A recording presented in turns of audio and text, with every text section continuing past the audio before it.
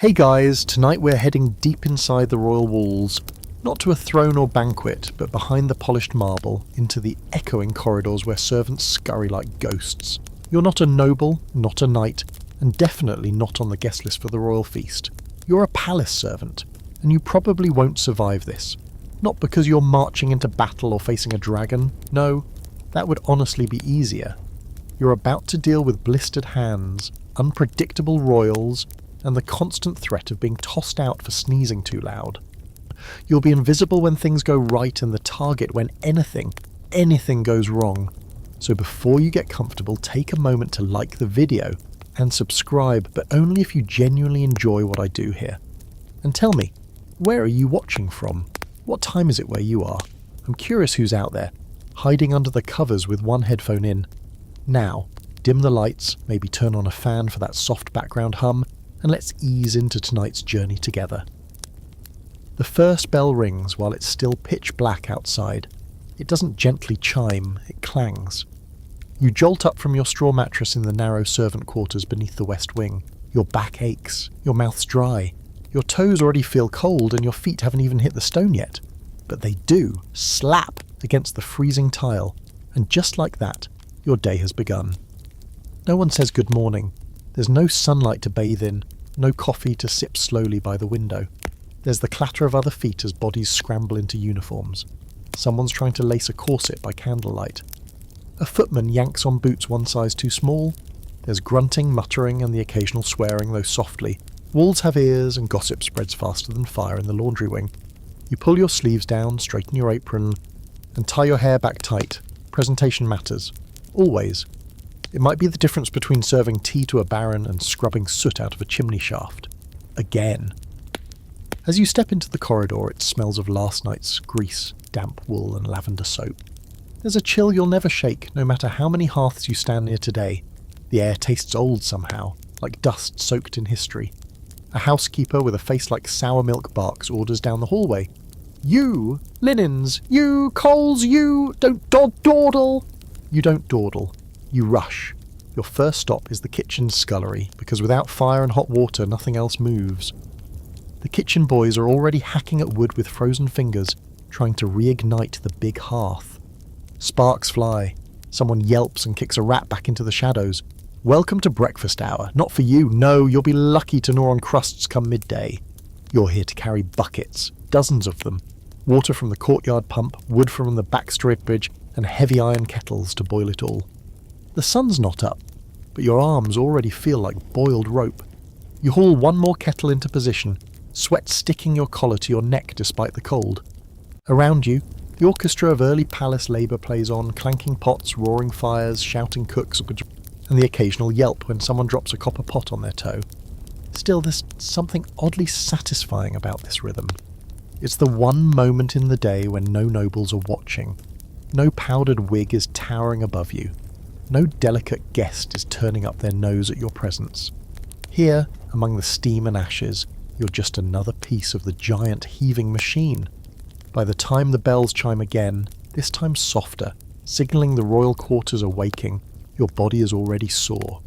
You've lit 6 fireplaces, boiled 8 kettles, hauled linen baskets, and refilled 3 wash basins. Your sleeves are damp. Your shoes are splattered with ash and soap, and now it really begins.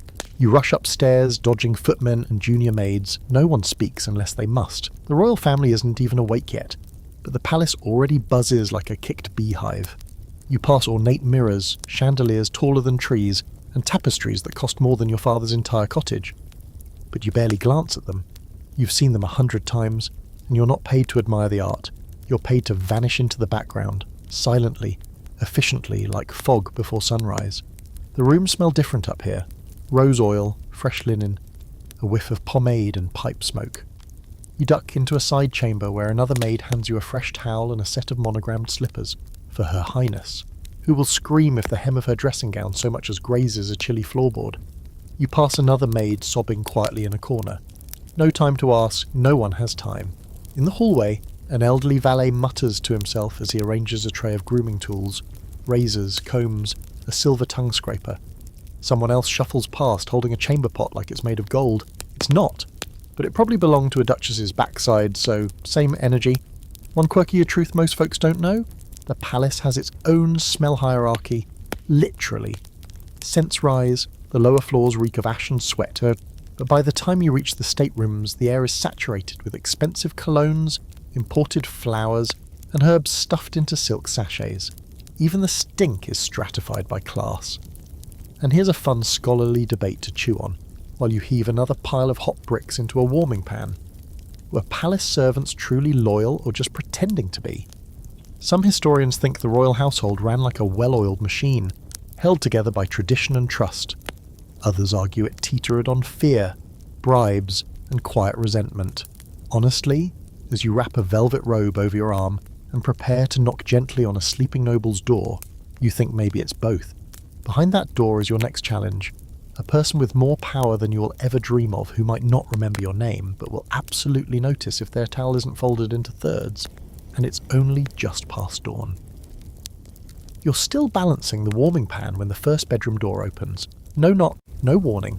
Just a valet with a face like stone and a whisper of a nod. That's your cue. You glide forward with the folded robe over one arm, the slippers under the other, and your expression wiped clean of any emotion that might betray your aching shoulders or blistered heel. Behind the door, the room is still dim, only a single candle flickering near the far corner. The bed is massive, canopy, curtains, embroidered silk, and somewhere inside it lies the noble whose entire day depends on whether you lay their things out correctly. You don't speak, you don't breathe too loudly, you step carefully across thick carpets, and when your knee cracks just a little as you lower the warming pan, you pray to every saint you know that the sound doesn't wake anyone. You leave the robe draped just so, the slippers placed exactly parallel at the foot of the bed, and then you back out of the room as if fleeing a wild animal. No one stirs. You live to serve another hour. In the corridor, the bell rings again, sharper this time. The palace is stirring. You catch the briefest glance of a fellow maid coming from the east wing, her apron stained, her face flushed. You want to ask what happened, but she's already vanished behind the servants' stairwell, which creaks like it's about to collapse under centuries of footsteps. You make your way toward the lower halls where fires need stoking and water buckets need changing. But just before you disappear from the guest wing, you hear it, an unmistakable yawn, long and throaty from behind a half-open door. The royal family is waking. Everything changes now, the pace quickens, orders bark from every direction. A footman nearly collides with you as he rushes to fetch shaving water. Someone else is hauling a feather mattress down a hallway, grumbling that it's not fluffy enough for the Duke's second cousin. You move faster, ducking under tapestries, weaving past columns, trying to look like you belong in every room you enter. Because the truth is, most of the time you don't. You're not seen as a person up here. You're part of the furniture, until you get something wrong. By the time you return to the servant hall, the kitchen smells like a battlefield. Smoke, grease, yeast, and panic. Breakfast service is in full swing. Cooks bellow at underlings. Pies are being jammed into ovens. A dozen different types of bread are sliced, buttered, or thrown across the room by a chef with sauce on his hat and a temper like flint. Someone's crying in the corner. Another servant holds out a burned finger, ignored by everyone. Your job now, trays. You carry them. Carefully, because nothing ruins a noble's morning like a cracked egg yolk or lukewarm coffee. And when you deliver the tray to the correct antechamber, you stand back, spine straight, eyes low. A steward with powdered cheeks and an expression of pure disdain sniffs the silver dome covering the dish, then lifts it, inspecting each item. One wrinkle of the nose could send you right back downstairs to start again. Of course, none of the royals are eating yet. First, they bathe. That's your next ordeal. Royal bathing is a sacred ritual. And by sacred, you mean long, expensive, and deeply awkward for the people who prepare it. You haul another bucket of hot water up 4 flights, wheezing by the time you reach the bathing suite. The tub is enormous, polished copper, recently scrubbed, and you and 2 others are expected to fill it without spilling a drop. Around you, attendants scatter rose petals, arrange drying cloths, and pour delicate oils into little basins. It smells confusing, like someone turned an apothecary shop into a dessert tray. You get the bath filled in time mostly. 1 bucket sloshes, and you hold your breath as it splashes across the floor.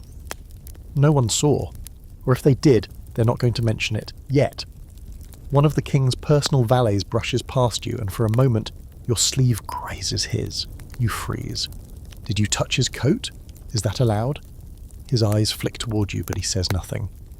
This is the tightrope you walk every day, unseen but never unnoticed, always just one mistake away from disgrace. One peculiar fact that gets lost in the grandeur of royal life: many of the people in this palace haven't bathed in days. Some of the royals, despite having full suites with perfumed oils and gilded tubs, prefer to skip actual bathing altogether. They mask it with powders and wigs. A popular belief says too much washing can make you ill, so servants are left to haul water for rituals that aren't even used. You pour anyway. As the morning goes on, the palace transforms from a quiet tomb to a buzzing beehive. Musicians tune instruments in distant chambers. Couriers arrive with scrolls sealed in wax. Pages polish silver candlesticks until their arms ache. Everyone looks busy, even when they aren't, because standing still can make you a target.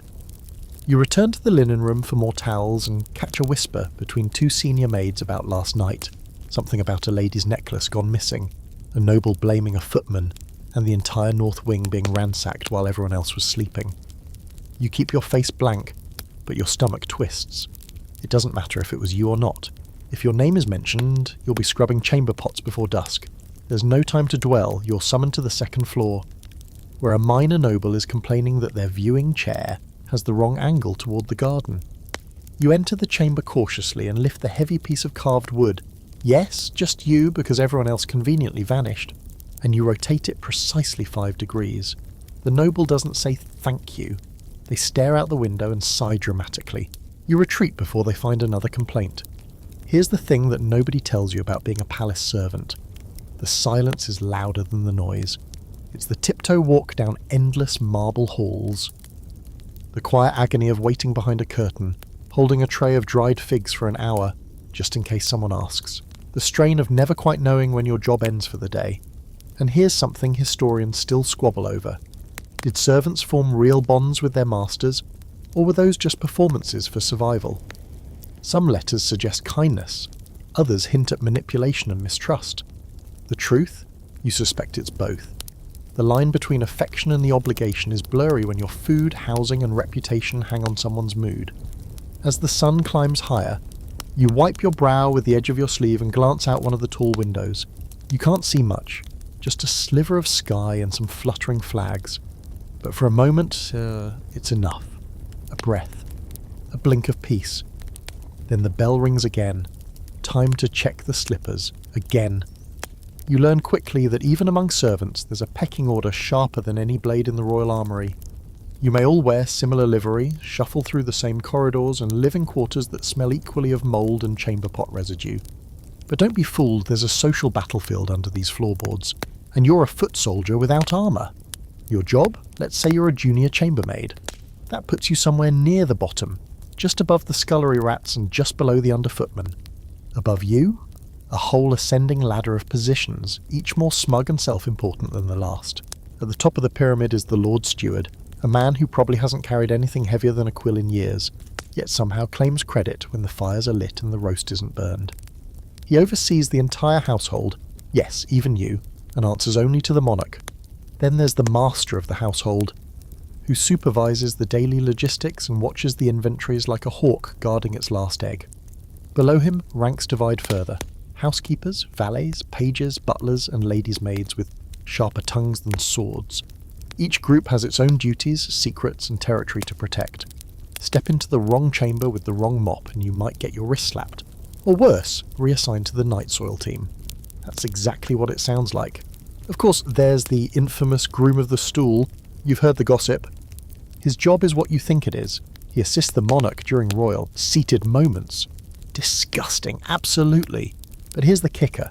It's a prestigious role. Trusted, intimate. The groom of the stool hears secrets whispered over porcelain, and sometimes those secrets earn him influence.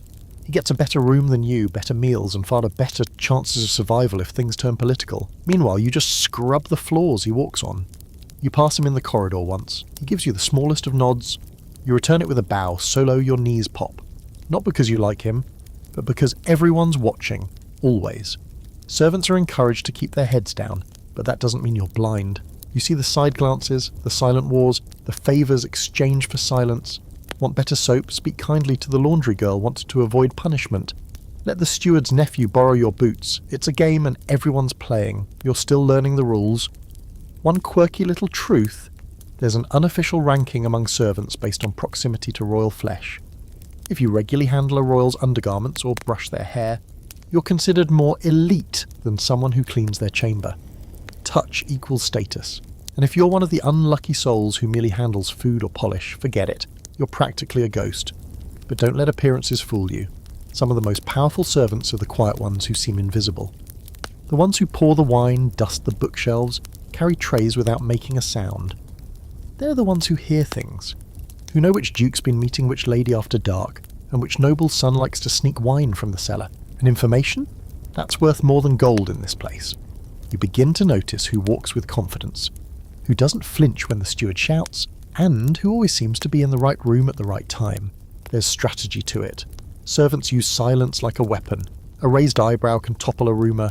A misplaced letter can ruin a noble. You wonder how many careers have ended because someone was in the wrong hallway, listening too hard. You, of course, are still at the stage where you're mostly ignored, unless you forget to curtsy or overfill a basin. Then suddenly everyone sees you. Today you're paired with an older chambermaid named Agatha. She's been here longer than the furniture, and she walks like her joints are made of rust and vinegar. But she knows everything. As you fold sheets and smooth pillows, she grumbles stories under her breath. Who got dismissed for stealing? Who got promoted for tattling? Who's having a baby that doesn't look much like her husband? You listen carefully. You don't ask questions. Asking too much is a surefire way to get iced out. One of her tales today is about a girl named Lisette, a maid from the South Wing who got too friendly with a visiting French noble. Word got out. She was gone the next day. Agatha just shrugs. She thought her smile was protection. Smile won't save you from a duchess's wrath. There's also the case of a footman who used to brag that he'd seen the king's personal letters. 1 week later, he transferred to a countryside estate no one's ever heard of. You ask what happened.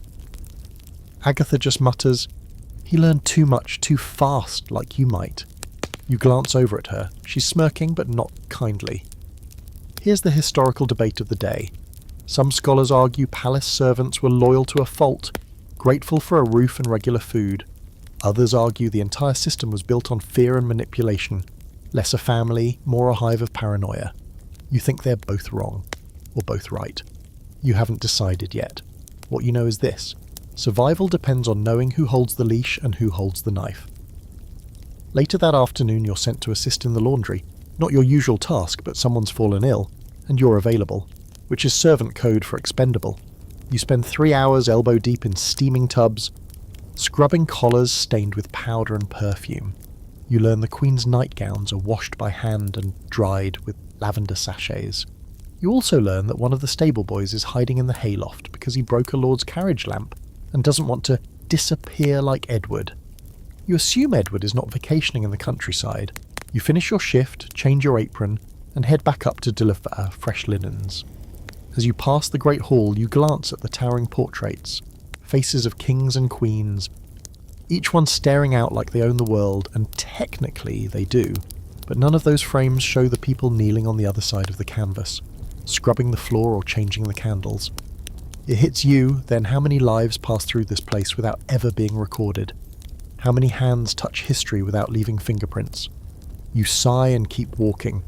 There's a whisper that one of the maids from your hallway got caught wearing a discarded brooch she found under a chair. Her punishment? They shaved her head and put her in the outer kitchens. She serves meat now, with her hands, no gloves. You don't even look at the brooches anymore. The final bell of the afternoon rings. You're back in your corner of the palace, folding napkins so precisely it feels like origami. Your feet throb. You're starving. Someone walks past with a tray of fruit for the royal guests, and you swear your stomach growls loud enough to echo. But you don't dare steal. Not yet. Not ever. If you're smart. You finish your folding, bow to the passing steward and gather your tools. You've survived another part of the day. That's more than some can say. You'd think something as simple as breakfast would be a smooth operation in a palace. You'd be wrong. Breakfast is a battlefield of hierarchy, etiquette, and invisible landmines, where eggs must be soft but not too soft, toast must be browned but never burnt, and the order in which people are served could start a war, or at least a passive-aggressive cold shoulder that lasts a month.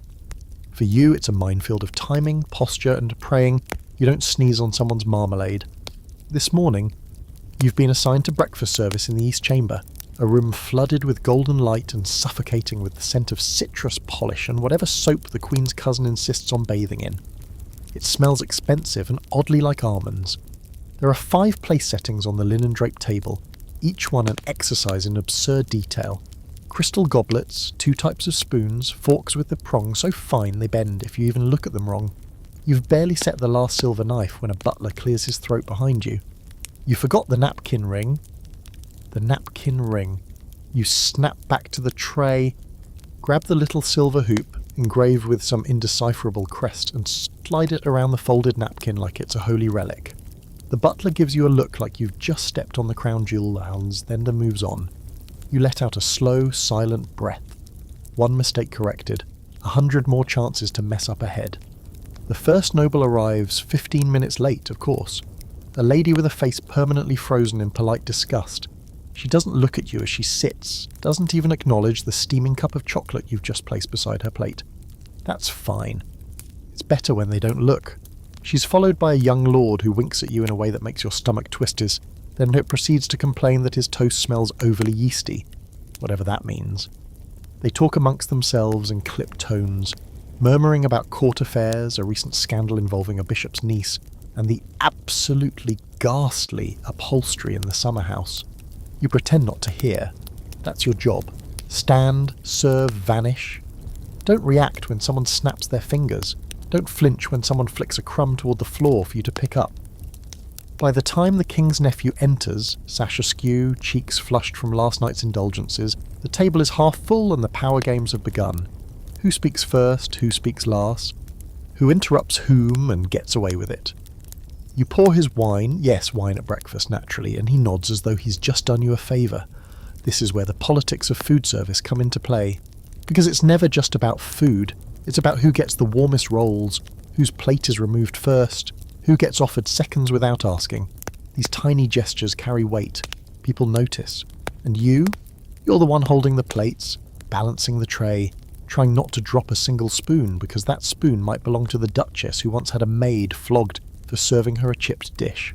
One curious historical fact you've overheard from the scribes: the royal breakfast wasn't always so formal. Back in earlier centuries, it was often eaten in bed in privacy, but over time it evolved into this display, part social theatre, part political chessboard, part performance art. And like all theatre, someone has to be behind the curtain making sure the costumes don't fall off. You return to the kitchen with the empty trays, where chaos rules. The chef is barking orders in a language you don't fully understand. One of the pastry boys has a bloody nose. No one asks why. A junior cook is crying over burnt sausages, and the smell of boiling cream nearly chokes you. You hand off the silver dome, and before you can even breathe, someone's shoving a tray of sliced fruit at you. "West Wing breakfast," they say. "And don't forget the honeycomb this time." You nod. You forgot it once, never again. The countess who demanded it said she needed it to soften the bitter aftertaste of politics. You weren't sure if she was joking. You still aren't. On your way back through the halls, you pass a group of footmen whispering about some incident with the Duke's dog. Apparently it bit a lady in waiting. No one's sure if the dog will be punished or the lady. In this place it could go either way.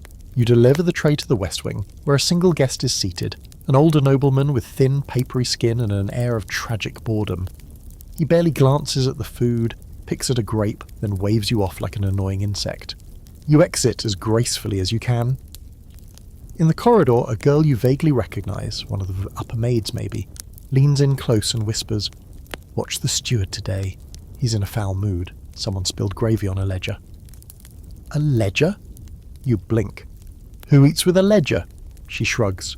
"The kind of person who controls our next week's assignments." You nod grimly. You were hoping to avoid hearth duty this week. Your knees are still bruised from the last round. Now here's a fun debate among the historians. Was this hierarchy enforced by design, or did the servants themselves uphold it out of pride and routine? One school of thought says the crown encouraged infighting to prevent rebellion. Another says servants clung to the pecking order because, well, when you're poor, even being less poor than the person next to you gives a weird sense of comfort. You don't know which is true. But you do know that when a scullery maid makes eye contact with a page boy too long, Someone always finds a way to remind her she's beneath him, usually with extra floor duty. Back downstairs, you sneak a bite of leftover biscuit, cold, dry, but still better than nothing. Technically, it's forbidden. Practically everyone does it, as long as you're not caught. You hear a sharp voice bark orders and quickly toss the rest behind a barrel just in time. A steward rounds the corner. He eyes you for a heartbeat longer than necessary. "Linen room. Now," he says. "You go." The linen room is cramped and smells like starch and frustration. Piles of sheets taller than you loom in every direction. You're assigned to fold napkins again, swans this time. For a luncheon, swans. Because apparently triangle folds are for peasants. Your fingers are stiff. Your stomach grumbles. You've been up for 5 hours and haven't had more than a crumb. But you fold and you press and you try to ignore the maid across the table muttering under her breath about accidentally hiding one of the Duchess's earrings in the laundry cart. Is she serious? Is she joking? You don't ask. Safer that way. Outside, the bells chime for the mid-morning court session. You pause for a second, stretch your back and glance through the high window.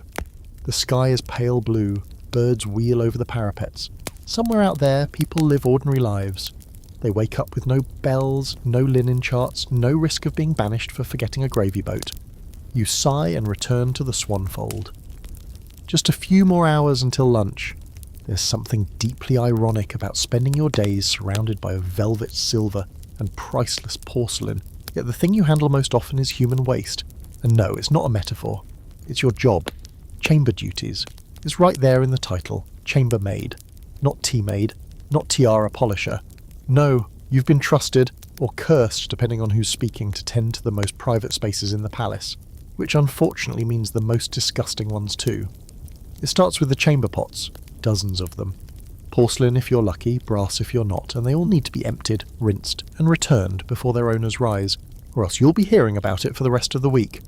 You slip on gloves that barely help and carry the sloshing vessels down the servants' stairs with the kind of care one usually reserves for royal infants. A single spill means a slip, and a slip means punishment. Not just for you, for anyone within witnessing distance. You've developed a technique over time. Keep your arms steady, back straight, pace slow, and never ever breathe through your nose near the waste chute. One footman tried lighting incense by the chute once. The resulting explosion singed his eyebrows clean off. The chute itself is a dark, narrow tunnel that leads to the cesspit below the palace. It's as awful as it sounds. The stench could peel paint, and in the warmer months, it gets even worse. You do your best to hold your breath as you tip the pot in, the echoing splash below confirming the task is done. Then it's rinse, shab, and a few muttered prayers that no one comes looking for their chamber pot while it's still out of the room. One quirky historical tidbit: the royal family's waste was sometimes inspected. Seriously. Physicians would occasionally examine it for signs of illness. So not only are you carrying literal crap around the palace, but someone, somewhere, might be waiting to poke through it like it's tea leaves. You do not envy that job. After the pots, you move on to polishing chamber tools. Combs, brushes, and the curious little objects known as tongue scrapers. Rich people seem obsessed with their tongues. There are jars of herbal paste, tiny knives for removing tongue scurf, and silver picks shaped like fish hooks. You clean them all meticulously, despite the feeling that you're handling tiny torture devices. Then there's the more delicate matter of personal garments. You're trusted with these only after weeks, sometimes months, of proving you won't steal or snicker. Everything is washed by hand, soaked in scented water, and hung in private drying closets. God forbid the Queen's petticoat ends up with a crease or, worse, mixed up with someone else's. A mistake like that once got a maid publicly scolded in the courtyard, in front of visiting nobles. You weren't there, but you heard she cried for days and eventually ran off with a stable boy just to escape. You're still folding when one of the junior valets bursts into the chamber hallway, breathless. "The princess is awake!" There's a ripple of movement. Servants scurry like startled mice. You straighten your apron, check your sleeves, and grab the fresh towel you'd prepared just in case. When royalty wakes, it's a production. The princess does not open her eyes and roll out of bed like a normal person. No, she is roused, softly, carefully, with curtains pulled in perfect sequence and her favourite perfume wafting from the corner of the room. You are one of the first in. You glide in behind the lady's maid who does the actual waking. Your job is simpler. Prepare the washing basin, warm the slippers, ensure the fireplace doesn't spit smoke. The princess stirs beneath a mound of quilts, face serene, skin glowing with that annoying royal softness that comes from never having touched soap or firewood. She opens one eye. Is the lilac oil out? The lady's maid glances at you. You nod and hand over the tiny crystal vial, already opened, ready to go. You've memorised the order of her preferences: lilac, then rose, never jasmine. The last maid to mix up the scents now scrubs cellar floors. You retreat quietly, like fog rolling out of a room. You'll be back, of course, to tidy up the mess she leaves behind: dressing gowns, ribbon ties, a trail of discarded cosmetics. The chamber becomes a battlefield of beauty, and you are the poor soul sent in after the cannons fire. There's a historical debate here that floats through the minds of scholars sipping tea in cosy studies. Were royal servants truly intimate with the lives of nobles? Or were they just props in a play, helping the upper class preserve the illusion of majesty? You could argue either side. Sure, you see things no one else sees: birthmarks, tears, furious rants muttered at mirrors, but you're never acknowledged. You're present, but invisible. Useful, but disposable. Mid-morning now, and the palace is alive. You pause in the corridor near a cracked door, and hear the unmistakable sound of someone being scolded. A noblewoman, sharp-voiced and relentless. A servant stammering. You don't wait to hear the rest. It's none of your business, until it becomes your business, which is always how these things go. Back in the laundry alcove, a pile of silk sheets waits for you. They belong to the Duke, who insists his bedding be changed twice daily, despite rarely sleeping in his chambers. You suspect he's one of those nobles who enjoys knowing others are busy for his sake. Power flex in the form of laundry. You haul the sheets onto the table, avoiding the frayed edge that somehow never gets repaired, no matter how many requests you send to the seamstress. You tug the fabric straight and begin folding, muscle memory taking over. It's meditative almost. If you close your eyes, you can pretend you're anywhere else.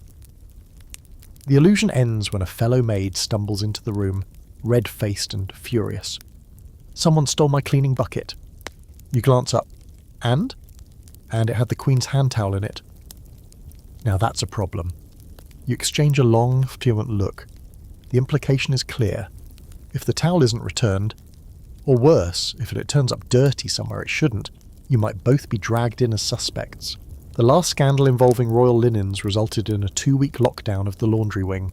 No one could even whisper without permission. I'll help you look, you say.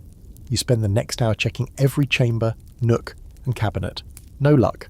The towel is gone, vanished like so many things do in this place. Later you hear someone mutter that it was found in the chapel, used to wipe a stained window. You don't know if it's true, but you swear you see the Queen's personal maid wearing a slightly more smug expression than usual. When you finally sit down, just for a second, on a stool near the linen press, you let your shoulders slump. Your hands are raw from soap, your knees sore from kneeling, and your stomach is still hollow. You know there's no break coming. Not really, but at least the chamber pots are empty, for now. There's a hush that falls over the palace just before the royals wake. Not the silence of peace, no. It's a strained, brittle stillness, like a held breath before a storm. You feel it the moment you step back into the upper corridor.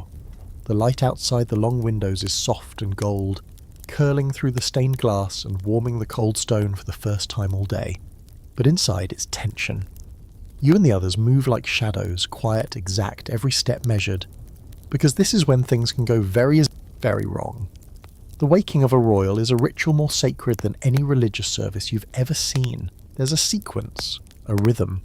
If the steps aren't followed perfectly, if the curtains are drawn too early, if the fire's not hot enough, if someone speaks before being spoken to, there will be consequences. Not always immediate, but always personal. A look, a name whispered to a steward, a mysterious reassignment to an outdoor duty during a particularly rainy month. You learn fast. Today you're on hand in the Duke's apartments. Not the Duke, mind you, the palace has several. This one is the younger brother of the Queen, which means he's important enough to be feared, but not important enough to be predictable. He's known for being temperamental, fond of lace, sugar, and shouting. His last valet was dismissed mid-meal for bringing the wrong gloves. Not even wrong size, wrong colour. You carry in a tray of warm towels and rosewater, balancing it with both hands so the delicate vials don't rattle.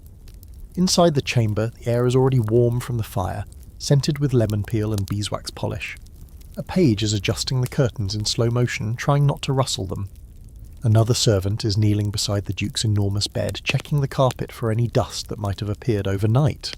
You're not sure how that's supposed to happen, but it's on the morning checklist, so it happens. The Duke groans. A long, theatrical noise that could either signal pain, pleasure, or mild annoyance. The page freezes. You keep walking, eyes down, and set your tray on the side table exactly where it's expected to be. The lady's maid, his cousins, you think, gives you a quick nod of approval. That nod? That nod could mean survival. And then he sits up, hair tousled, cheeks flushed, expression blank. He stares at the room like he's trying to remember where he is and whether he hates it. You bow your head and step back. The valet steps forward, beginning the verbal dance. Good morning, Your Grace. The sun is gentle today and your appointments are few. That's palace code for you can stay in bed longer if you want, which is what everyone hopes. Instead, the Duke mumbles something about sugared plums and reaches for the towel. Not bad. Could have been worse. You're dismissed with a flick of the wrist, and you glide out of the room, heart hammering like you just outran a fire. That's one royal down for the morning. Half a dozen more to go. You pass another chamber on your way back, this one belonging to one of the princesses. The door is slightly ajar, and you catch the soft murmuring of her ladies-in-waiting as they comb her hair. You only glimpse a curtain of golden curls and the edge of a silk robe, but even that's enough to remind you how absurdly far from that life you are. She'll be dressed, painted, and escorted downstairs like a gilded doll. You'll be washing her linens and emptying her bathwater. Still, it's oddly intimate, this whole business. You see them half asleep, flushed and grumpy. You know who snores, who drools, who talks in their sleep. You know which lords cry at night and which ladies hide bottles of wine under their beds. You see the cracks in the porcelain, the moments when even royalty looks human. One strange historical note you once overheard from a bored tutor. Some royals liked to have servants watch them wake. They believed it was part of asserting power, demonstrating control from the first blink of the eye. If someone watches you sleep, they fear you more when you rise. You're not sure if it's true, but you think about it every time you're posted in a silent room, watching a lump in a bed start to stir. Downstairs, you pause at the servants' washroom for a few seconds of quiet. Not to wash. There's never time for that. But to splash water on your face and breathe. The mirror is cracked. The towel smells of mildew. Your eyes look older than they should, even though you're still young enough to remember playing with sticks behind your mother's cottage. You have no idea how long you'll last here. There's a story among the older servants, probably exaggerated, about a maid who worked her way up from chamber duties to become the personal confidant of a duchess. She wore silk eventually, dined upstairs, married a minor noble. The story changes every time someone tells it, but it's kept alive because everyone needs something to hope for. But the truth? Most of you stay right where you are, or fall. The palace ladder is tall and greased. Climbing it means staying quiet, being sharp, and never, ever being noticed for the wrong reason. On your way to the laundry room, you pass a door slightly ajar and hear a soft sob. You freeze, listen. A man's voice, low and urgent, a woman's stifled and trembling. You don't see faces, but you catch the name Baron Westerly. You file it away, not because you're nosy, but because information is currency. You never know when someone else will need to know who Baron Westerly might be compromising. This is another unspoken truth of palace life. The walls are thin, the ears are everywhere, and knowing something can save your skin or burn you alive, depending on who hears about it first. By the time you reach the linen room again, your arms ache, and you're hungry enough to chew the soap cakes stacked near the sink. But breakfast is long over, and lunch prep is already underway. You sneak a sugar cube from a serving tray, a dangerous move, but one you've practiced with the sleight of hand of a street magician. You let it melt on your tongue and close your eyes. It's not much, but it's sweet, and that counts. Here's a quirky little thing to consider.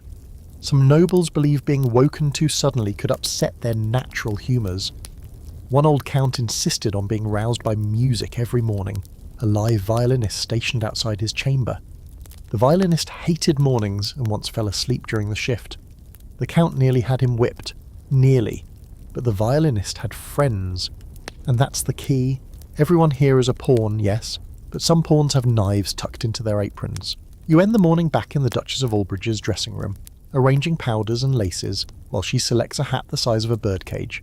She doesn't speak to you. You might as well be part of the furniture. But she frowns at the powder puff. You hold your breath. Then she chooses a different one and waves a hand. Saved. For now.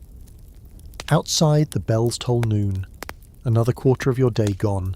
You haven't sat down for more than a minute. Your body is sore. Your fingers cracked. Your necks are stiff from bowing. And yet you take a moment to tuck a stray ribbon into a drawer, smooth the edge of the rug, and straighten your spine. Because the royals are up now, and every minute that follows is going to be harder than the one before. There's an art to gossip in a palace. It isn't loud, it isn't crass. It doesn't spill out in drunken cackles by the fire like it might in the taverns beyond the palace gates. Here, it flows like perfume, soft, fragrant, and carefully applied. A glance passed between two maids at the linen table. A pause between words in a hallway. A half-heard whisper echoing off stone walls just long enough for someone else to catch and carry it. The gossip here has teeth, and you learn very quickly that it bites hardest when you least expect it. You're sitting on a stool by the scullery's back door, rubbing lavender oil into the handle of a silver brush, when you hear your name, not shouted, not called, just spoken, quietly. Two other maids are talking near the hanging linens. One of them gestures vaguely in your direction, the other nods.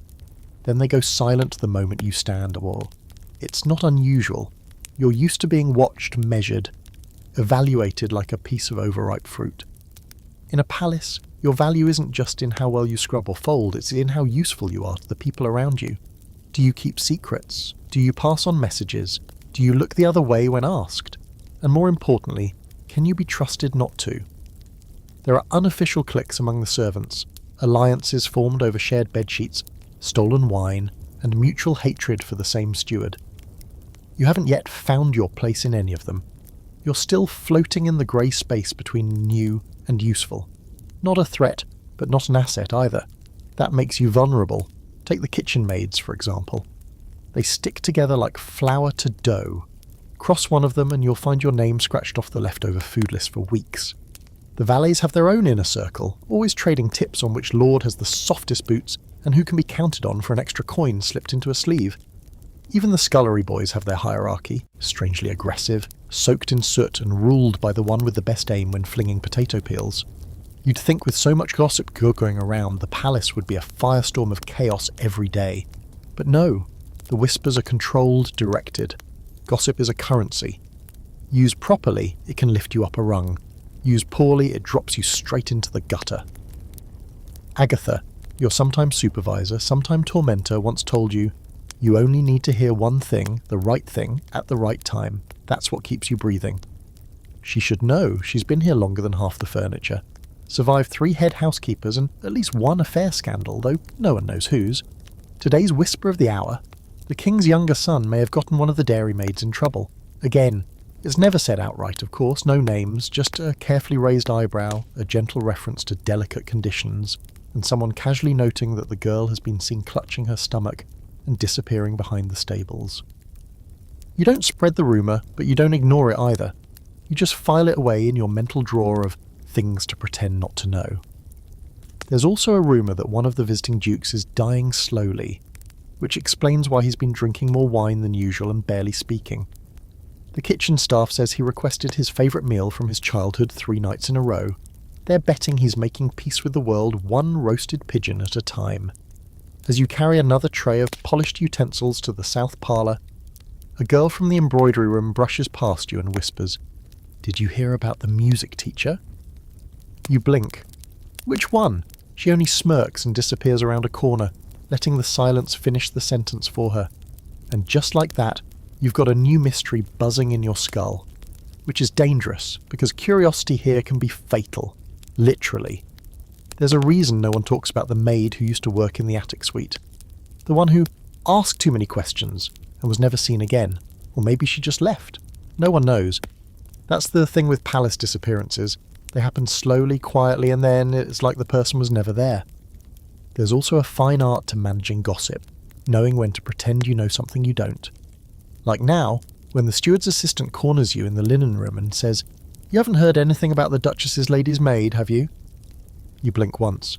Only that she's been unwell? He studies you for a second too long. He leaves. You exhale. You don't know if she's unwell. You've just heard her scream through the wall 3 nights in a row. Whether it was pain or pleasure, or both, is up for debate. Here's a historical fact worth tucking under your cap. Many palaces employed unofficial listeners, servants whose only job, though never formally written down, was to loiter, eavesdrop and report what they heard to someone higher up the ladder. Sometimes to the steward, sometimes straight to the Queen's personal secretary. It's possible you've been talking in front of one without knowing it. Maybe you still are. Agatha thinks one of the young footmen is a listener.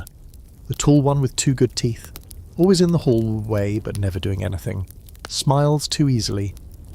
You've started watching him yourself, and she might be right. You've never seen him actually carry anything. By mid-afternoon, the gossip takes a turn. Word spreads that one of the noble guests has gone missing from his room. Not vanished, just wandered. A walk in the gardens, perhaps, but his boots are still in his chamber, and no one saw him leave. His servant is in a panic.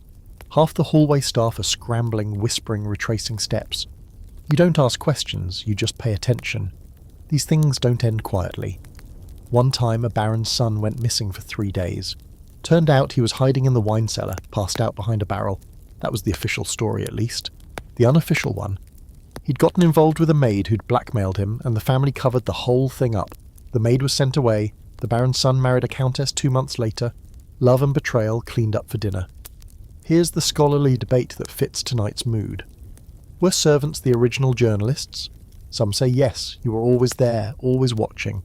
The royal recorders wrote what they were told to write. But servants? You saw the truth, even if you didn't say it out loud. And sometimes, when the whispers got loud enough, you could change something, just not today. You end your shift by the great staircase, polishing the banister while trying not to eavesdrop on a noble argument echoing from above. You hear just enough to know someone's in trouble, and someone else is about to become very rich or very exiled. You don't know who yet, but you'll hear about it by morning. You always do. Rules run this palace. Not laws, not morals, not even the whims of the nobility, although those are a close second.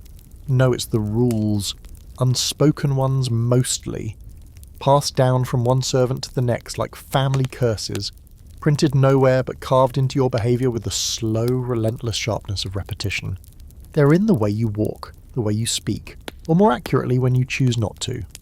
Break one, and you don't always know you've done it until it's too late. Take, for instance, the rule of the stairs. Never ascend them when a noble is descending. It doesn't matter if you're halfway up with a pot of boiling water balanced on your shoulder. If you hear footsteps above, you stop. You back down like a retreating soldier. You make yourself small. You look away. You don't meet their eyes unless they speak to you first, and even then, it's a gamble. You once heard about a maid who forgot that rule. She was new, eager, carrying linens and running late. She rounded a landing too quickly and bumped into a marchioness's elbow. Just a nudge. The lady didn't even drop her fan. But the maid was reassigned to the outhouses that afternoon. Scrubbing alone in the cold, a warning to everyone else. There's the rule of the doorframe. If a noble approaches, you move aside immediately with great awe like you were already planning to go that way. Too slow and you're accused of disrespect. Too fast and they think you're mocking them. The trick is to time your bow so it looks natural but not casual. Your entire career could hang on the angle of your chin. And then there's the rule of the eyes. Don't look too long, even if you're spoken to. A soft gaze, downcast, respectful, but alert. There's a dangerous middle ground between seeming disinterested and seeming too interested. The noble class prefers servants who are intelligent enough to follow orders, but stupid enough to not remember what they saw. You are, unfortunately, a little too observant for your own good. You've learned to walk quietly, no heavy steps. Your shoes must whisper across the floors, even when they're soaked or worn through. There's a whole technique to it. Toe first, heel after, with just enough weight to stay balanced while making no sound.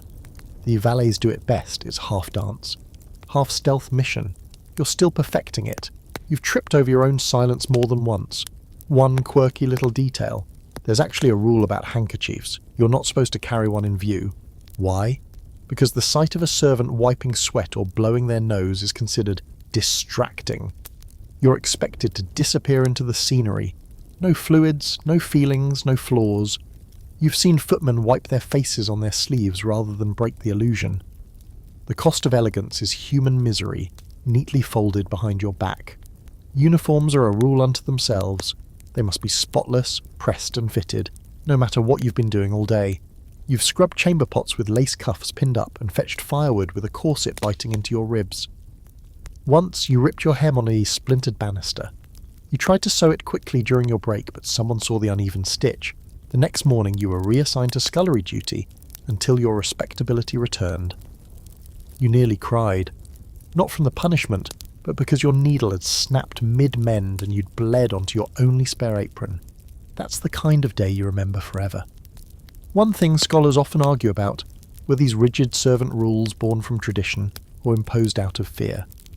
Some claim they were designed to maintain order and dignity in a household full of moving huts.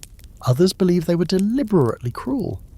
Microcontrols meant to keep the lower classes too busy and too afraid to rebel. You think it's both. A system becomes tradition when it benefits the ones at the top. The rulebook extends to posture, of course. You must never slump, never lean, never sit unless specifically told to. You once tried to rest for just a moment on a wide windowsill near the east corridor. You were off duty, no one was watching, or so you thought. A passing steward saw you, said nothing, and then the next week you found yourself serving in the laundry elbow deep in a vat of woolen sheets that smelled like boiled cabbage. Coincidence? Not likely. There's also a strange superstition about bells. When a bell rings, one of the dozens scattered through the palace, you must respond, but not all of you. Each bell has a tone, a rhythm, a placement that indicates who it's meant for. A long chime from the north stairwell, that's for the second floor linen room. A sharp triple ring, likely the Duchess of Albridge, who enjoys pressing the bell just to see how long it takes someone to appear. You've memorised the bells the way some people memorise prayers. In fact, you trust the bells more than you trust most people in this place. Another rule: if a noble is late for an appointment, don't mention it. Even if you're standing with a tray of now cold tea, even if their valet is peding and swearing under his breath, you simply wait. Still, silent, until someone either gives you permission to leave or dies of embarrassment, whichever comes first. Today, your test comes in the form of a visiting lord from the western provinces. He's new, loud, thinks the palace revolves around his schedule. He tells you to fetch him a biscuit, but only the good kind, then proceeds to insult the thread count of the guest linens. You smile, bow, leave, and scream inside. The steward asks later how it went. You say, smooth as ever, sir. Another rule: never complain upward. It always trickles back down, and somehow it always lands harder. You're reminded of a footman named Ellis, who once grumbled about the wine service to the wrong person. He wasn't fired. That would have been too generous. No. They promoted him, just slightly, into a position where he had to polish every single wine bottle in the royal cellar. Over 300 bottles, twice a week, for a full year. That's how the palace punishes talkers, not with dismissal, but with slow, soul-grinding absurdity. One fascinating fringe fact you picked up from an aging clerk: the palace used to employ a silence officer during large events. Their job was to walk through the corridors and shush the servants if the murmur got too loud. Not joking, a full-grown man paid to be a human hush. It's almost funny, except when it's not. Near the end of your shift, a new boy in the kitchens asks you how to carry a tray of goblets without clinking. You teach him, quietly. You don't scold him, he's too green for that. But you don't smile either. That's another rule. Don't get attached to the new ones, they rarely last. The bell rings again, this one you recognise instantly. The Queen's chamber. Tea service. You grab your tray, adjust your cuffs and glide toward the staircase. Heels silent, shoulders back, eyes forward. You don't need the rulebook anymore. You are the rulebook. You know the moment you hear the voice. It's going to be one of those errands. Not a simple fetch and carry, not a routine delivery of linens or silver or warmed wine. No, this is the kind of request that starts vague and ends with you limping back to the scullery 2 hours later with a torn hem, a bruise the size of an orange, and no one quite sure why it was your problem in the first place. The voice belongs to Lady Corisander's steward. Tall, powdered, with an expression that suggests everyone around him smells faintly of mildew. He stops you in the corridor, waves you forward with the slow, deliberate motion of a man who's very used to being obeyed. The lady requires her embroidery kit, he says, and then, as though remembering who he's talking to, adds, the blue one. There are 3 embroidery kits. You know this because 2 weeks ago you were sent to find the small one, only to discover it meant the kit with the gold clasp, not the kit that was, actually smaller. After that debacle, you made a mental map of their hiding spots. Blue means the lap-sized oak box with the silver inlay. Last seen in the Rose Parlour, or maybe the Queen's Solar, possibly under the lounge chair in the library, where she got distracted mid-stitch and wandered off to complain about the garden arrangements. You spend the next 45 minutes tracking it down. On the way, you dodge a racing page boy carrying a tray of candied fruits, nearly collide with a very tipsy minor noble who appears to be escaping an angry lover, and politely ignore the sniffling of a duchess in the hallway who's either allergic to flowers or scandal, hard to tell. When you finally find the embroidery kit, it's in the conservatory, hidden under a lace doily and a teacup with a dead wasp in it. You don't ask, you just wrap the box in a soft cloth and carry it back through the maze of hallways, stairs and judgmental stares. By the time you hand it to the steward, who accepts it without so much as a grunt, you've missed your break, missed your chance at a crust of bread, and arrived late for your next assignment, delivering a message to the head gardener. Now that sounds simple, right? Walk across the palace grounds, find the head gardener, pass along a note. But palace errands always contain hidden challenges. The gardens are massive, and the gardener is a man who hates interference almost as much as he hates courtiers pretending to know the names of flowers. You're halfway across the courtyard when the wind kicks up. The sky was clear this morning, but now the clouds are curling dark at the edges, promising rain. You lift your skirts slightly, another unwritten rule, never let the hem drag in the mud, even if it means looking ridiculous, and make your way through the trimmed hedges and ornate fountains. The garden itself is lovely. Of course lavish, too lavish. There's a section shaped like the royal family's crest, a rose arch trimmed to resemble the Queen's profile. You pass 3 gardeners on your way, each of them elbow deep in soil, none of them the right gardener. You finally find the head of the whole operation kneeling beside a patch of violets, muttering about root rot. You clear your throat. He grunts. You hand over the folded paper. He doesn't thank you. On the way back, the rain finally breaks loose. Big fat drops that soak through your apron in seconds. You duck under a stone archway and wait, shivering, trying not to smell the wet stone and damp mould that clings to the underside of the palace like a second skin. Your shoes are squelching when you return inside, and the moment you step through the servant's door, someone barks your name. North Wing, immediately. You don't even ask why, you just go. Turns out it's because one of the guests has decided they require a different cushion for their writing chair. Apparently the current cushion compresses in all the wrong places. This request has passed through 2 valets, 1 footman, and a very tired seamstress before landing squarely on you, which means trekking to the upholstery room in the east corner of the palace, a full 7-minute walk at your fastest pace, digging through a mountain of identical cushions and trying to determine what precisely constitutes the right compression. You make your best guess. It's accepted without comment. You leave. You realise halfway down the hall that you've forgotten to return the rejected cushion to its designated storage. You go back. Errands like this are endless, pointless often, but essential. Not because the noble needs their perfect cushion or 3rd embroidery kit, but because the illusion of being waited upon constantly must never break.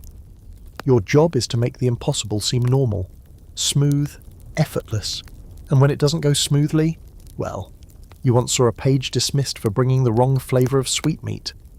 The flavour had changed, the order hadn't. Didn't matter. He was gone by evening. One curious fact that floats among the long-timers: many nobles never learn the layout of the palace. Some live there for years and still get lost trying to find their private salons. You've had to escort them before, smiling, silent, pretending you didn't just watch them walk confidently into a broom closet. You'd think this job would harden you, but oddly, these errands have made you softer in strange places. You find yourself memorising the old lady's preferred handkerchief scent. You arrange a guest's slippers just so because you know he has a bad left ankle. You fold a note from one countess to another because you can tell she's too afraid to send it herself.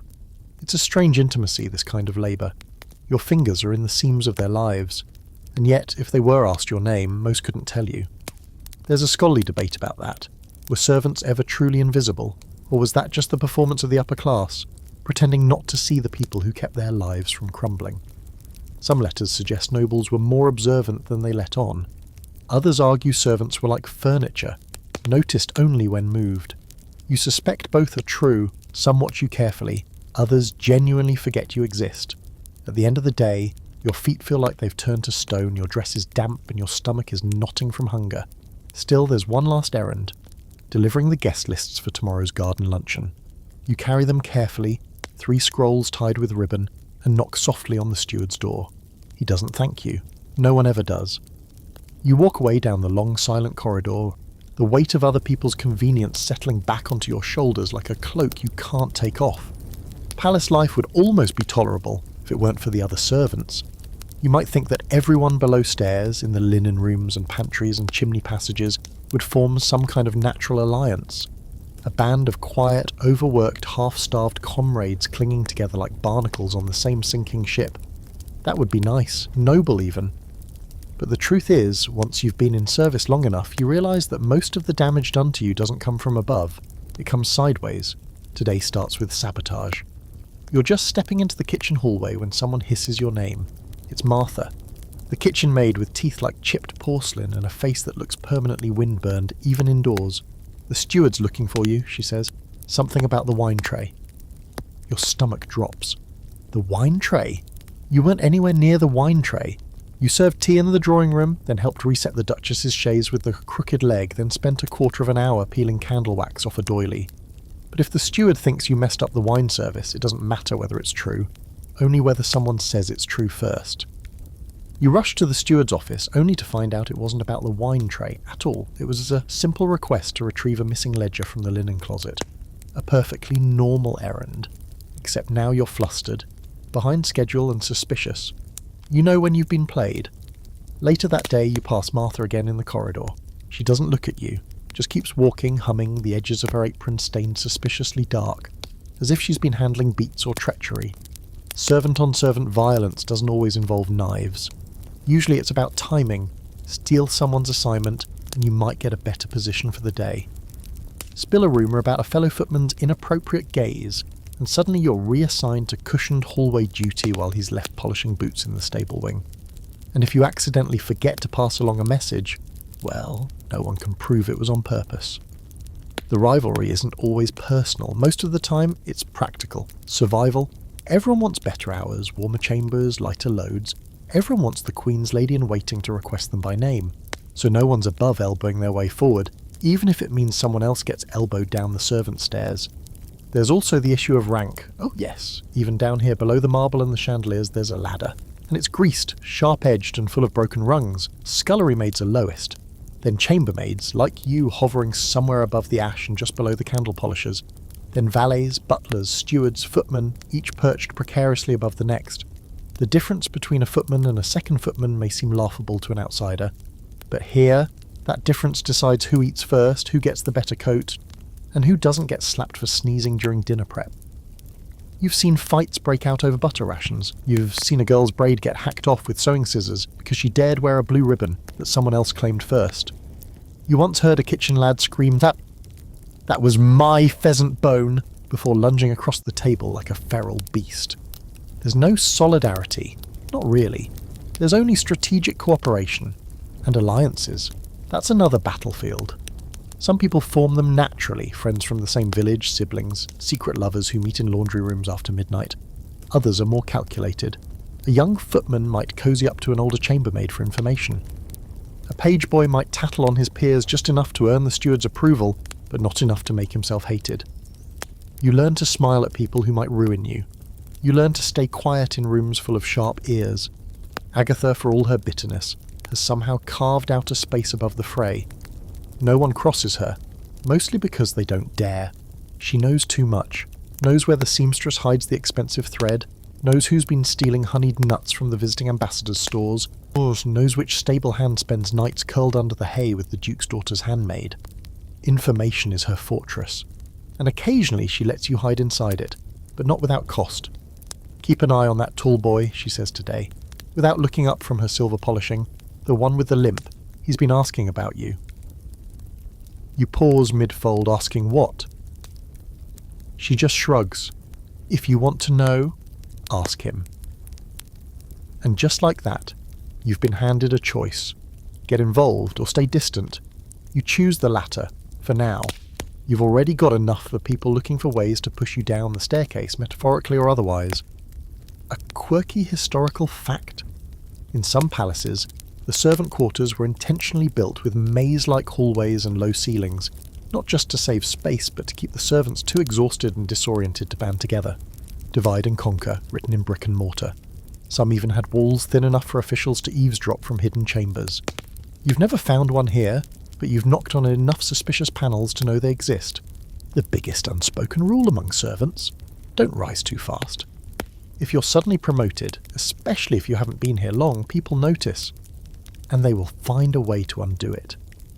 You saw it happen to a girl named Celia once. Came from a good house, pretty, quick, efficient. The Queen's steward noticed her. She was rising fast, too fast.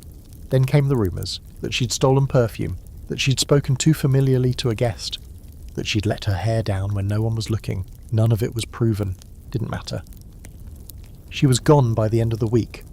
Now, her name only gets whispered when someone else starts rising too quickly. By mid-afternoon, you're behind on your tasks thanks to all the petty mischief. You've missed 2 linen rotations and forgotten to fetch the polished chamber mirror for the princess's rooms. You sprint back through the servant corridor, ignoring the ache in your legs, praying the glass hasn't cracked or been claimed by someone else. When you find it, it's right where it should be. But the moment you touch it, another chambermaid appears. "That's mine," she says. She's younger, prettier, and looks very confident for someone whose name you don't even know. "No," you say gently but firmly. "I was assigned the mirror hours ago." She tilts her head. "Funny. That's not what I heard."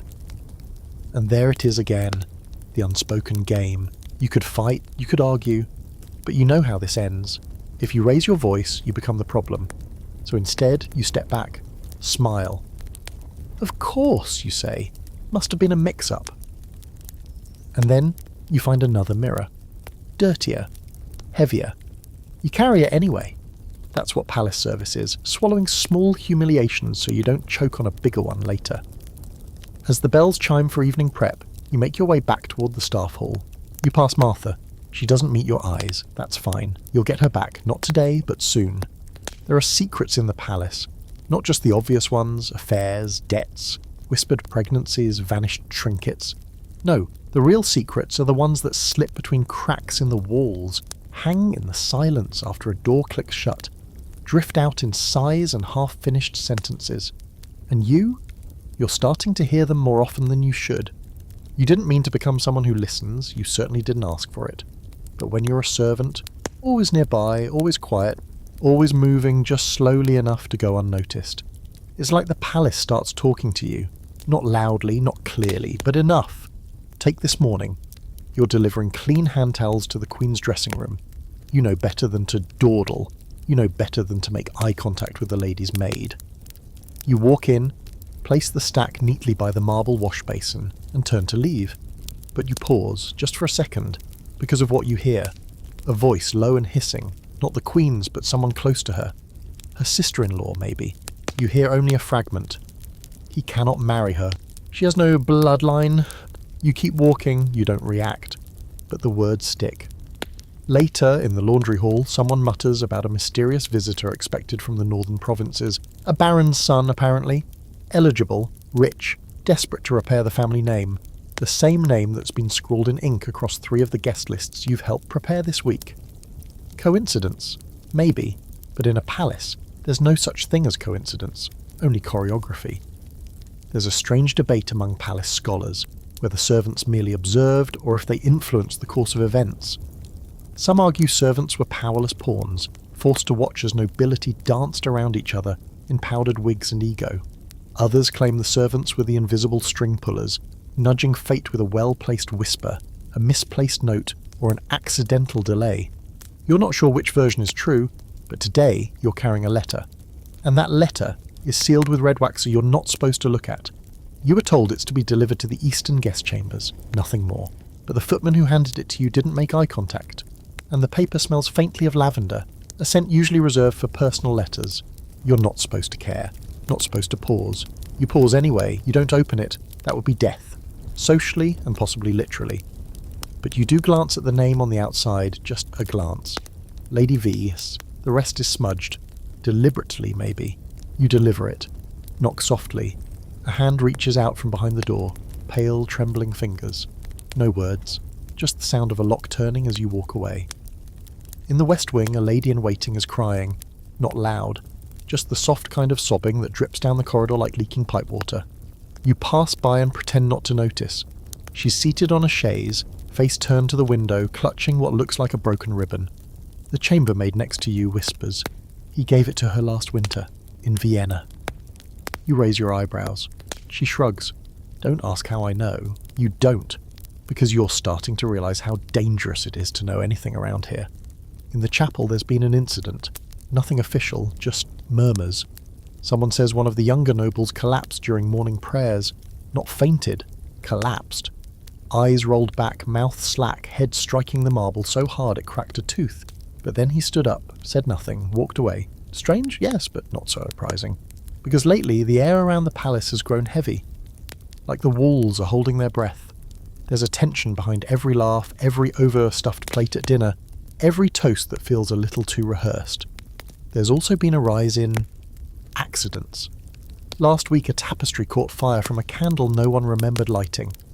The steward claimed it was carelessness, but the maid who usually tends that room swore the candles were untouched when she left. The week before that, a drawer full of invitations mysteriously went missing, and half the noble guests arrived to the luncheon fuming over their forgotten names. Someone's doing this. No one will say it, but you can feel it. And the servants? We see everything. You hear whispers through the walls of the great dining room, low conversations held after the meal, when the plates are cleared and the brandy starts flowing. They talk like they're alone, like the people pouring their drinks have gone deaf, but you're always there, always listening. You know the Count of Mersey owes money, you know the Marchioness's daughter is quietly engaged to someone with no title. You know that one of the Queen's personal advisors hasn't been seen in days, and no one will say why. And you know that someone has started recording these secrets, writing them down. That part came to you by accident. A scrap of parchment, dropped behind the tapestry in the West Gallery. Just a single line. The Lady and the Page, 4th bell, East alcove. No signature, but you recognise the handwriting. It wasn't a noble, it was one of us. There's a small hidden society among the servants. You'd only heard rumours before, whispers of a group who watches the watchers, who collects secrets like other people collect spoons, not for money, not even for power. For leverage, insurance, protection. You never thought it was real, until now. A quirky little fact? In some royal households, servants were forbidden to write entirely. No journals, no letters home, not even love notes. The thinking was simple: words can travel. Words become evidence, and words once spoken can be denied, but written down, that's ammunition. That's what this feels like. Someone's building an armoury. By dusk, the corridors quiet again. The nobles drift to their evening activities. Dancing, brandy, scandalous games of cards behind half-closed doors. You're polishing silver in the drawing room when you hear it. A single name, spoken too clearly. You look up. The tall footman is standing in the doorway. The one Agatha warned you about. He nods once, then vanishes. You don't know what it means. Not yet. But the pit in your stomach tells you things are shifting, secrets are moving. Someone is pulling on the threads, and sooner or later, they're going to unravel the wrong one. If the palace had a heart, it would be the kitchen. Not the grand banquet kitchen with its gleaming copper pots and polished brass. Not the gilded side chamber where dainty pastries are arranged like jewellery. But the kitchen, the belly of the beast. The hot, loud, sweat-drenched stone chamber beneath the east wing, where the real work happens. This is where the food begins. Where the meat bleeds, the soup boils, the ovens scream, and the servants try very hard not to cry unless the onions give them permission. You've been sent down here today to assist with lunch. That sounds polite. What it means is that someone higher up in the chain realised you haven't suffered in a hot room for a while, and decided to even out the score. Or maybe Agatha finally cashed in one of the favours you didn't know she was owed. The heat hits you first, like walking into a furnace made of pepper and steam. Dozens of people moving in tight circles, dodging each other with an instinct that seems almost supernatural. Someone's stirring a cauldron taller than your waist. Someone else is screaming about lard, the floor is slick, and the air tastes like boiled butter. Don't just stand there, the cook barks the moment he spots you.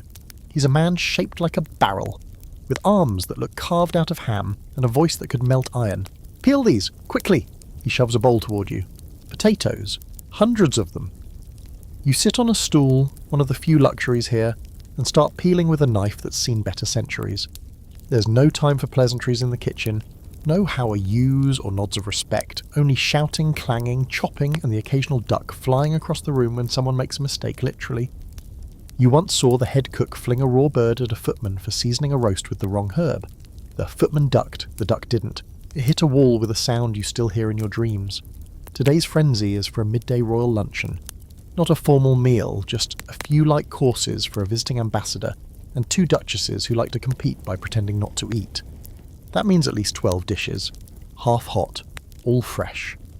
The menu includes glazed pigeon, saffron tarts, chilled melon soup, smoked eel on toast, and a custard so fragile it's treated like a newborn baby. You're not even halfway through the potatoes when someone yells for goose grease. A kitchen boy bolts past you with a dripping ladle, narrowly avoiding a tray of figs. The head cook storms past again. "You!" he snaps. "You've got eyes. Use them. Are those pears ripe?" You look. "I think so," he grunts, already moving. "That's good enough." Here's a curious historical detail. In some palaces, kitchen workers weren't allowed upstairs. Ever. They were considered too filthy, too rough, too honest. So they toiled in these depths, feeding the aristocracy without ever seeing the faces they served. This palace allows more crossover, but not much. You're only allowed here today because you're technically not kitchen staff, which makes you everyone's problem. Someone thrusts a tray of eggs into your hands. To the cold room, carefully. You've heard of the cold room, never been. It's buried deep in the foundation. A carved stone vault packed with ice blocks wrapped in sawdust. The air in there is thick and sour, and your breath fogs immediately when you step inside. The eggs don't clink, they sweat. You place the tray down and get out fast. On your way back, you catch sight of something odd. A set of knives, polished and shining, laid out on a butcher's cloth. Nothing strange there except one is missing. Not misplaced, missing. The spot it belongs in is empty, like a pulled tooth. You glance around, but no one seems to notice. You file it away. You're getting good at that. A moment later, a scullery boy barrels into you, almost knocking you into a vat of soup. He mumbles an apology and disappears. His apron so stained you can't tell if it's wine or blood. Probably both. Back at your stool, the potatoes are gone, replaced by carrots, and a note, sliced thin, no errors, no signature, just a grease-smudged thumbprint. You comply. As you slice, someone else whispers behind you, "He's in the larder again." You don't turn, you don't argue, you just keep slicing. The larder is off limits to most of you, supposedly because it's where the most delicate supplies are kept. Truffles, rare spices, imported wines. But you've heard other things, stories about deals, about stolen letters passed behind sacks of flour, about quiet meetings where no one emerges until someone else disappears. That same tall footman, the one Agatha warned you about, walks past the kitchen doorway just then. He doesn't look in, but everyone notices him. Even the cook who pauses mid-bellow to watch him vanish down the hall. Servants shouldn't wear silence like that, the cook mutters. You're not sure what he means, but the comment doesn't leave your mind. Then comes disaster. A scream, sharp and sudden, followed by the unmistakable shatter of porcelain. You and half the kitchen spin toward the source. A serving girl, maybe 14, stands frozen near the dessert table. At her feet is the remains of the ambassador's custard. Or what was the custard? Now it's a splattered mess of cream and jelly and pride. The cook explodes. His face goes red, then purple. He shouts something about discipline and how he'd sooner serve bricks than redo that custard. The girl begins to sob. Everyone else, they pretend they don't hear, because you don't get involved, ever. That's the rule. Except you do. You step forward. "I'll help remake it." The kitchen freezes. The cook turns to you, eyes narrowed. "You?" You nod. "If you'll show me." There's a long pause, then he barks, "Fine, but if you mess it up, you're scrubbing grease traps for the next month." It's a risk, but you take it. Together, you remake the custard. It's brutal. The timing is delicate, the ingredients precise. You whisk until your arm goes numb, strain jelly through muslin, chill the dish with a slab of ice so cold it burns. The cook watches you like a hawk. But when it's done, he grunts a sound that might be approval. The custard is served, no one dies. The ambassador smiles. You survive the kitchen. A quirky fringe fact? In one famous palace, the kitchen was located half a mile from the dining room. Food arrived cold more often than not, so they invented heated serving trolleys pulled by the footmen in a secret underground tunnel. That tunnel eventually became a place where nobles could sneak out and meet their lovers. Romance and roast goose all in one corridor. Back in the present, your shift ends late. You're sweaty, bruised, and smell faintly of sage and panic. As you leave the kitchen, you pass the girl who dropped the custard. She whispers a thank you. You nod. Don't mention it, because if anyone knew you'd stepped in, that's a different kind of danger. You've made an enemy of the cook, and a friend, probably both. And in the palace, those two things are often the same. The dog is missing. Not just any dog. The dog. The royal dog. The Duchess of Albridge's lap-sized, over-perfumed, jewel-collared nightmare of a hound, known equally for its high-pitched bark and its habit of relieving itself on imported rugs. Its name is something ridiculous, Fitzwobble or Lord Cheddar or Sir Fluffington. You can't remember. What you do remember is the last time someone lost him, 3 valets were reassigned to basement pantry duty, and one poor footman was accused of dog-napping and sent to the countryside, for moral recalibration. So naturally, when you overhear the Duchess shrieking in the East Corridor, you know something's gone wrong, then you hear the words, "Where is my precious boy?" and your blood runs cold. You weren't anywhere near the dog, but that doesn't matter. Facts rarely matter in the palace. What matters is proximity, timing, and whose name is shouted first when someone's pearl-encrusted pet vanishes. You're helping fold napkins into some ludicrously ornate shape. A phoenix, a harp, when the steward comes charging in like a man on fire. Everyone assigned to the East Wing this morning is to report to the antechamber. Now! That includes you. There's a nervous shuffle of staff, maids, footmen, even the page boy who got stuck polishing piano legs all week. You're all lined up like schoolchildren waiting for punishment. The Duchess is pacing furiously across the marble, veil askew, a half-eaten scone clutched in one trembling hand. She looks deranged, like she's mourning a child instead of a dog. He was just there in his little blanket, and now he's gone. Stolen. Murdered. Murdered. Yes. Obviously someone killed the pampered Shih Tzu in cold blood and buried him under the rose bushes. You keep your expression neutral. The steward clears his throat. Lady Albridge wishes to conduct inquiries. Cooperate, and this will be swift. It's never swift. You're questioned one by one. Where were you this morning? What rooms did you enter? Did you see anyone near the Duchess's quarters? Did you notice anything strange? No. Yes, someone left a plate of biscuits on the windowsill and 2 were missing. No, you didn't eat them. Yes, you're sure. You try not to let your nerves show, because you have seen something strange. It was earlier that morning. While carrying linens past the Duchess's salon, you noticed the door was ajar.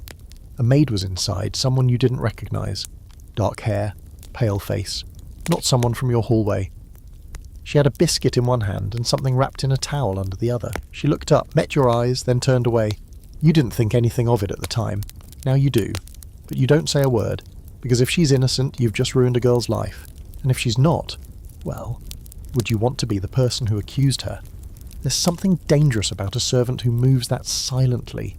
The inquiry drags on. The Duchess refuses to eat lunch. The entire palace staff is warned not to step foot in the East Corridor. The kitchen is informed that Fitzwatsit's favourite beef broth must be prepared just in case he returns and is hungry. You're pretty sure if you vanished, no one would cook you broth. Back in the servants' hall, everyone is buzzing. Some are terrified. Some are secretly thrilled. Palace disasters always stir the air, like thunder before a storm. There's even a betting pool forming. 10-1 odds that the dog turns up under the laundry cart, 20-1 that he drowned in the duck pond, and a wild 50-1 that he was kidnapped by a rival noble to settle a gambling debt. You don't place a bet, but you do start asking quiet questions. Have you seen a dark-haired maid in the East Wing? No one has. No one recognises your description, which means one of 2 things. Either she's brand new and hasn't made a ripple yet, or she's not meant to be seen. You mention it to Agatha. She frowns. There's no new maids assigned to the East Wing. Dumbo. You're sure? I keep the rosters myself. You pause. Then who was she? Agatha shrugs. Either someone with powerful friends, or someone about to disappear. It's not comforting. You're reassigned to help search the outer grounds, which means tramping through hedges, under benches, behind shrinings, and into at least 3 flower beds that you suspect were recently fertilised. The gardener glares at you. You glare back. No dog. The sun starts to set. The Duchess has grown hoarse from shrieking. The steward is losing patience. Everyone is snapping at each other, and the tension is thick enough to slice with a butter knife. And then, just after the bells chime 7, a footman walks in carrying a bundle of fur. The dog, found curled up under the footstool in the Duchess's own salon. No one knows how he got there. He's warm, happy, slightly bloated, and absolutely unbothered. The Duchess faints, or pretends to, it's hard to tell. The steward sighs so deeply you're surprised his soul doesn't exit through his nose. But the damage is done. The staff is exhausted, rattled, furious. Lame still hovers in the air like smoke. The girl you saw that morning, still gone, never reported for dinner, never signed out of her shift. A curious historical debate exists. Did the presence of pets in royal courts serve as status symbols? Or were they simply distractions from larger power plays? Some argue pets like Fitzwatsit were symbols of indulgence, proof of wealth, so immense that even animals lived like nobles. Others suggest pets were used to test loyalty. Who dared to offend them? Who catered to them? Who used them as cover to move through places unnoticed? You're starting to believe it's the latter. A quirky fact you once overheard from a chamber tutor. One queen had her dog declared a member of court, with a title, an allowance, and 2 footmen assigned exclusively to carry him up and down the stairs. Back in the servants' hall, things are brittle. No one speaks above a whisper. The tension hasn't left, just changed shape. The girl is still missing, the dog is fine, and everyone's waiting to see who's next. Midday is not rest, midday is not peace, midday in the royal palace is when the nobles nap and the servants work like they're sprinting through purgatory. The upper floors fall into an eerie, perfumed hush as delicate heads fall onto silk pillows and hands freshly oiled with rosewater tuck themselves under imported linen. Meanwhile, below stairs, you are elbow deep in ash, starch, dust, and the type of sweat that seeps out of sheer obligation. The idea is simple. While the royal guests are off in dreamland, the palace must be quietly reset. Everything must shine. Everything must be laundered, trimmed, freshened, folded, scrubbed, or put back exactly where it was before some baroness decided she didn't like the position of a candlestick and moved it 2 inches to the left. It's a strange kind of violence, this post-lunch clean-up. No blood, no screams, just 1,000 tiny humiliations performed in absolute sadness. You're assigned to the princess's dressing room today. Midday rotation, which sounds glamorous, but really means you're the poor soul trusted to fold undergarments and buff her mirror while she dozes in the next room. Do not wake her, do not make noise, do not exist. The air is thick with perfume, sickly sweet, but like rotting fruit in a flower shop. You stifle a cough and carefully lift a velvet corset from the armrest of a settee. There's a tiny stain on the ribbon, lipstick perhaps, or possibly jam. You try not to imagine how one gets jam on a corset. It's not your business. Nothing is your business. In the next chamber, the princess snores faintly. Her lady-in-waiting sits reading a book, one eye on the door. You bow slightly as you pass. She doesn't look up. That's good. The less attention you draw, the less likely you are to end up scrubbing hall tiles with a toothbrush because someone found a wrinkle in a pillowcase. You finish as quickly as possible, your fingers moving like clockwork. Corsets rolled, gloves flattened, mirror wiped with just enough pressure to remove the smudge, but not so much that you risk cracking the delicate gold leaf around the edge. Then it's onto the linen room, where fresh sheets are sorted and folded for the royal nap chambers. You and 3 other maids work in near silence. The only sound of the gentle snap of fabric and the occasional suppressed groan of a back pushed too far. The heat in the linen room is oppressive. No windows, just steam and body heat and the faint smell of bleach. You drop a towel, just once, and someone tuts. That's all it takes. In a place like this, there are few true punishments at midday. What there is, however, is judgment. An endless stream of side eyes and muttered critiques and knowing glances that pass between the more senior staff like knives wrapped in ribbons. They don't yell, they remember. And tomorrow morning, when it's time to assign duty rotations, you'll find yourself polishing doorknobs instead of arranging flowers. You try to make up for it by folding the rest of your linens perfectly. The corners sharp, the edges smooth. You even offer to carry the fresh pile to the guest wing. The other maids don't stop you. Of course they don't. Let the eager one carry the load. The guest wing smells faintly of lavender and ego. You pass doors lined in silk, rugs so soft your footsteps vanish, and portraits that glare down at you with centuries of disdain. You deliver the linen to a room you've never entered before, a quiet chamber with sunlight falling across the floor in long, lazy strips. You linger a moment. Just long enough to notice something odd. A single glove lying beneath the vanity. Not a servant's glove, this one is expensive, beaded, too small for a man's hand, too large for the princess's. You shouldn't touch it, but you do. You pick it up, brush off the dust, and place it neatly on the vanity. And then you see it, the edge of a folded paper tucked behind a vase. Now you should walk away, but your hand moves before your brain can catch it. Just a glance, one word, one name. Westerly, your stomach flips. The Baron Westerly has been the centre of whispered conversations for days. He's not staying in this wing, this isn't his glove. Why is his name here? You don't take the note. You don't touch it again. You just leave it exactly where it was, return to the hallway and walk away like nothing happened. Because you know better. You're sweating now, not from the heat, from the pressure of knowing one thing too many. Back in the scullery, it's time to scrub boots. Dozens of them. Muddy, cracked, sometimes still damp from the morning's garden strolls. You work alongside a boy who barely speaks. He has a scar on his ear and refuses to meet your eyes. Someone told you he used to be a kitchen lad, until he broke a plate that belonged to a foreign ambassador. Now he does boots, and only boots. He speaks today, though. You seen the girl? You pause. Which girl? He shrugs. The one with the dark hair, never talks, wore a green apron. Your pulse skips. When? This morning, East Corridor. You nod, but say nothing else. You don't want to encourage conversation, not about her, because here's the thing, no one can prove she was involved with the dog. No one even knows her name, but her absence is noticeable, and people have started to whisper. The palace eats its own. Not loudly, not with teeth, quietly, with absence. There's a historical argument, one you once overheard from a retired court scribe, that the palace was less a home than a living organism. It digests people, breaks them down, turns them into fuel. Maids, footmen, stewards, nobles, doesn't matter. If you feed it enough secrets and service, you might survive. If not, you dissolve. By late afternoon, the nobles begin to rise. You hear bells ringing across the halls. Time to fetch tea, time to dress, time to pretend nothing happened while they were dreaming. And you? You're on your knees, brushing scuffs off a lord's shoes, your hands raw, your mind turning over the note behind the vase. Something's happening. Something has already happened. And you're in it now, whether you want to be or not. You find the note. Not the same one you saw tucked behind the vase yesterday. A new one, slipped under your straw-stuffed pillow in the servants' dormitory, like a secret hand pressed to your mouth. You wake before dawn, as always, dragging your limbs toward duty and discomfort, and you nearly miss it.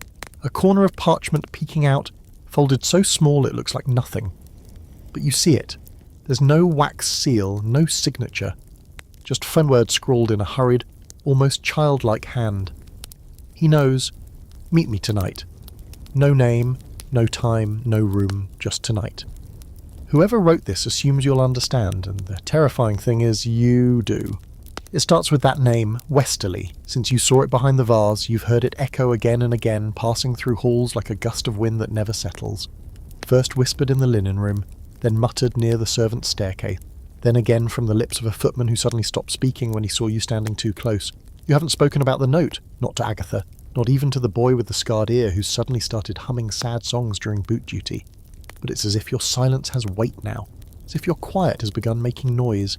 You've been noticed. And now someone's asking you to meet them. You hide the note beneath your sleeve and press it flat against your wrist, heart racing. Then you go about your day like nothing's changed. The irony, of course, is that everything has. Morning brings errands. Of course it does. The palace is indifferent to your existential crisis. It still demands chamber pots to be emptied, ribbons to be pressed, collars to be straightened. You're sent to the second-floor music chamber to collect an unused harp stool, which turns out to be wedged between a broken candelabra and a family of mice who clearly resent your presence. While you drag it out, one of the princess's ladies-in-waiting saunters in. She doesn't see you, or pretends not to. She glides across the room, flings herself at the piano, and plays 3 discordant notes before slamming the lid shut again. Then she sighs, loud and dramatic. I hate waiting. You freeze. A few seconds pass. She glances around the room. You're still crouched low, partly behind the harp. She doesn't see you. Then she mutters, "He said the east corridor, tonight." Your breath catches. You crouch lower, gripping the harp stool like it's your only anchor. She rises and leaves, her perfume lingering like a mocking smile. Once she's gone, you slowly stand, heart thudding in your ears. You've just heard a piece of the same puzzle. Different voice, same game. The rest of the day passes in a blur of scrubbing, polishing and watching. Every footstep, every glance, every shift in tone feels loaded now. The palace hums with secrets, and you're no longer on the outside of them. There's a scholarly theory you once heard a clerk muttering while drunk on cooking wine, that palaces are theatres and the nobility are actors, but it's the servants who write the scripts. Because we know when things happen. Where. We know who met whom when they returned, what they were wearing, whether their shoes were muddy. We know more than anyone realises. The only question is, what do we do with it? By twilight you've chosen. You tuck the original note into your apron and slip away between dinner shifts. You're not on food service tonight, thankfully. Another maid owes you a favour and has taken your place polishing the silver forks for the main table. You whisper a quiet thank you to the ghost of whatever good luck follows you, and vanish into the corridors. The east wing is darker at night. Fewer lanterns, fewer footsteps, as if the palace itself is trying to hush you. You walk slowly, listening.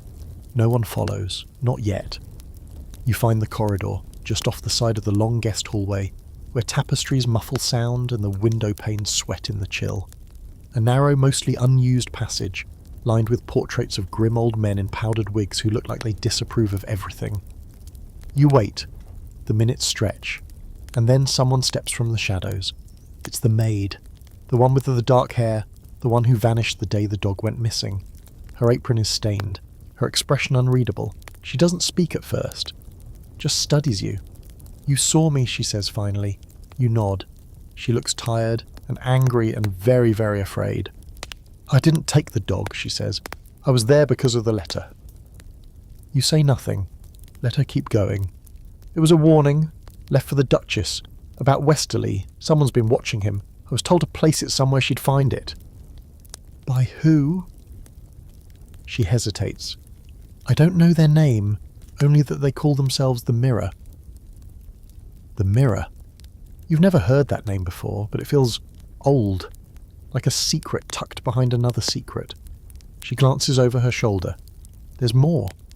I can't tell you here." "Then where?" She reaches into her apron and presses a folded note into your hand. "Second floor. North Library. Behind the globe." Before you can speak again, she's gone, vanished back into the walls like steam through a crack. You wait another minute. Then you go. You don't run. Running is suspicious. You walk slowly, evenly, breathing like someone who isn't currently holding an anonymous note from a possibly criminal maid. You reach the North Library without being seen. It's dark, unused at this hour. You find the globe, an enormous dust-covered thing that spins with a creak like a dying crow. Behind it, tucked into the panelling, is a small leather book. You open it. Not a journal, not quite. It's a list. Names, dates, locations. Most are people you recognise.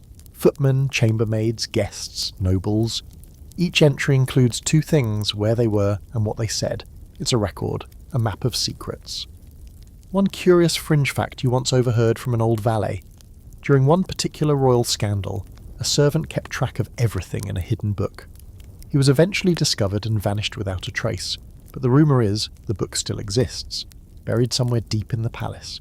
You wonder if this is that book. You flip through the pages, heart racing. One name jumps out. Yours! You slam the book shut. The last entry? Saw the chambermaid. She knows. Royal visitors are the closest thing to a natural disaster the palace ever experiences. A perfectly preventable, perfectly forecasted disaster that everyone still manages to be wildly unprepared for every single time. You'd think, after generations of dukes, archduchesses, grand counts, minor princes, and entirely too self-important barons tromping through the halls, the palace would have systems in place, protocols, checklists, maybe a small army. And yes, those systems exist, but they evaporate the moment the first foreign boot crosses the threshold. Today's visitor is a delegation from the Southern Territories. which means a lord with 6 names, 3 titles, and 1 eyebrow that twitches when he doesn't get exactly what he wants. The palace has known about his arrival for weeks, but somehow everything still feels thrown together at the last possible moment. Rugs are being unrolled, silver is being frantically polished, and a disturbing number of servants are either pretending to faint or suddenly remembering urgent injuries. You're not so lucky. You've been placed on welcome duty, assigned to the outer reception hall to assist with coats, trays, bows, and the general illusion that this palace is not currently held together with fraying ribbons and passive-aggressive whispers. It's not the worst task you've ever had, but it's close, because now not only do you have to perform the usual routine, move quietly, speak never, bow constantly, but you also have to interpret customs you were never taught, respond to gestures you don't understand, and pray that the strange green powder being sprinkled into one of the ceremonial goblets is supposed to smell like burnt time and regret. The first carriage arrives just after midday.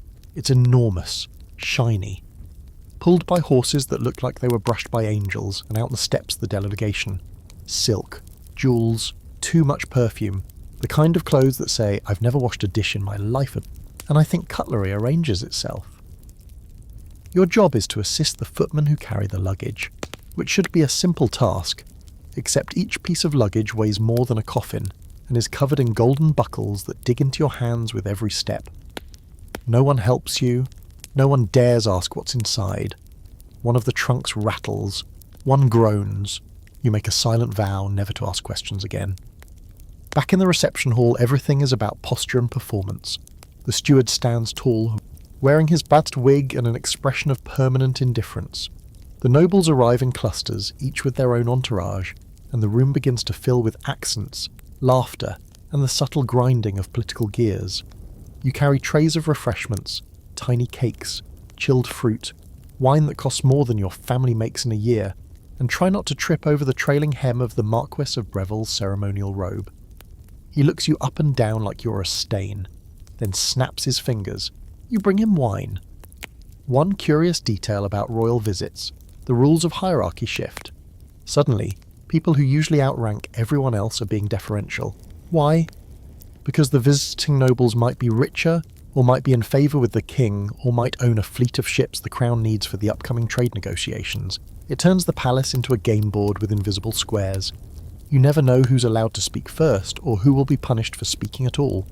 You witness one such misstep as the Count of Lyrian attempts to greet the southern ambassador with a compliment that, in the ambassador's language, is actually a mild insult regarding goat herding. The ambassador laughs coldly. A servant is immediately sent to fetch a translator. That servant slips on a recently waxed step and crashes into a fruit tray. 2 maids are blamed. One is reassigned to the freezing cellar. The other is you, temporarily at least. You're sent to assist in the guest wing, preparing rooms for the southern lords. The rooms are, of course, not ready.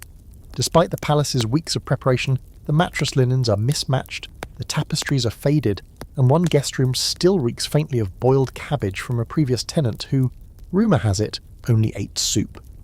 You scramble with 2 other maids to swap bedding, relight the hearth, and decant lavender water into tiny porcelain bowls. The guests haven't even seen the rooms yet, but already the anxiety is thick in the air. You tuck the corner of the last sheet with trembling fingers, half listening to the hallway buzz. Then you hear the name again. Westerly, not from a servant, from a guest. You freeze. "He's involved," the voice says. "I told you. He's using this visit to distract." You inch closer to the half-open door. Inside, 2 nobles stand near the fire, backs turned. One in deep violet, the other in hunter green. You can't see their faces, but the tension in their shoulders says everything. "The girl?" one asks. "Gone, quietly. For now, you slip away before they can see you. You've learned when to run." By evening, the palace is glowing with candlelight. Music spills from the drawing room. Nobles dine on goose confit and sugared plums while servants refill goblets and pretend not to listen. You carry a tray through the music chamber and pause just long enough to see the ambassador nod toward Westerly. They know each other. There's a long, loaded look exchanged between them, one that says everything without a single word. A footman comes to your elbow. You move on. Back below stairs, the servants are tense. Everyone's working longer shifts. Everyone's being watched. Rumours buzz like flies around meat. Someone says a letter was intercepted.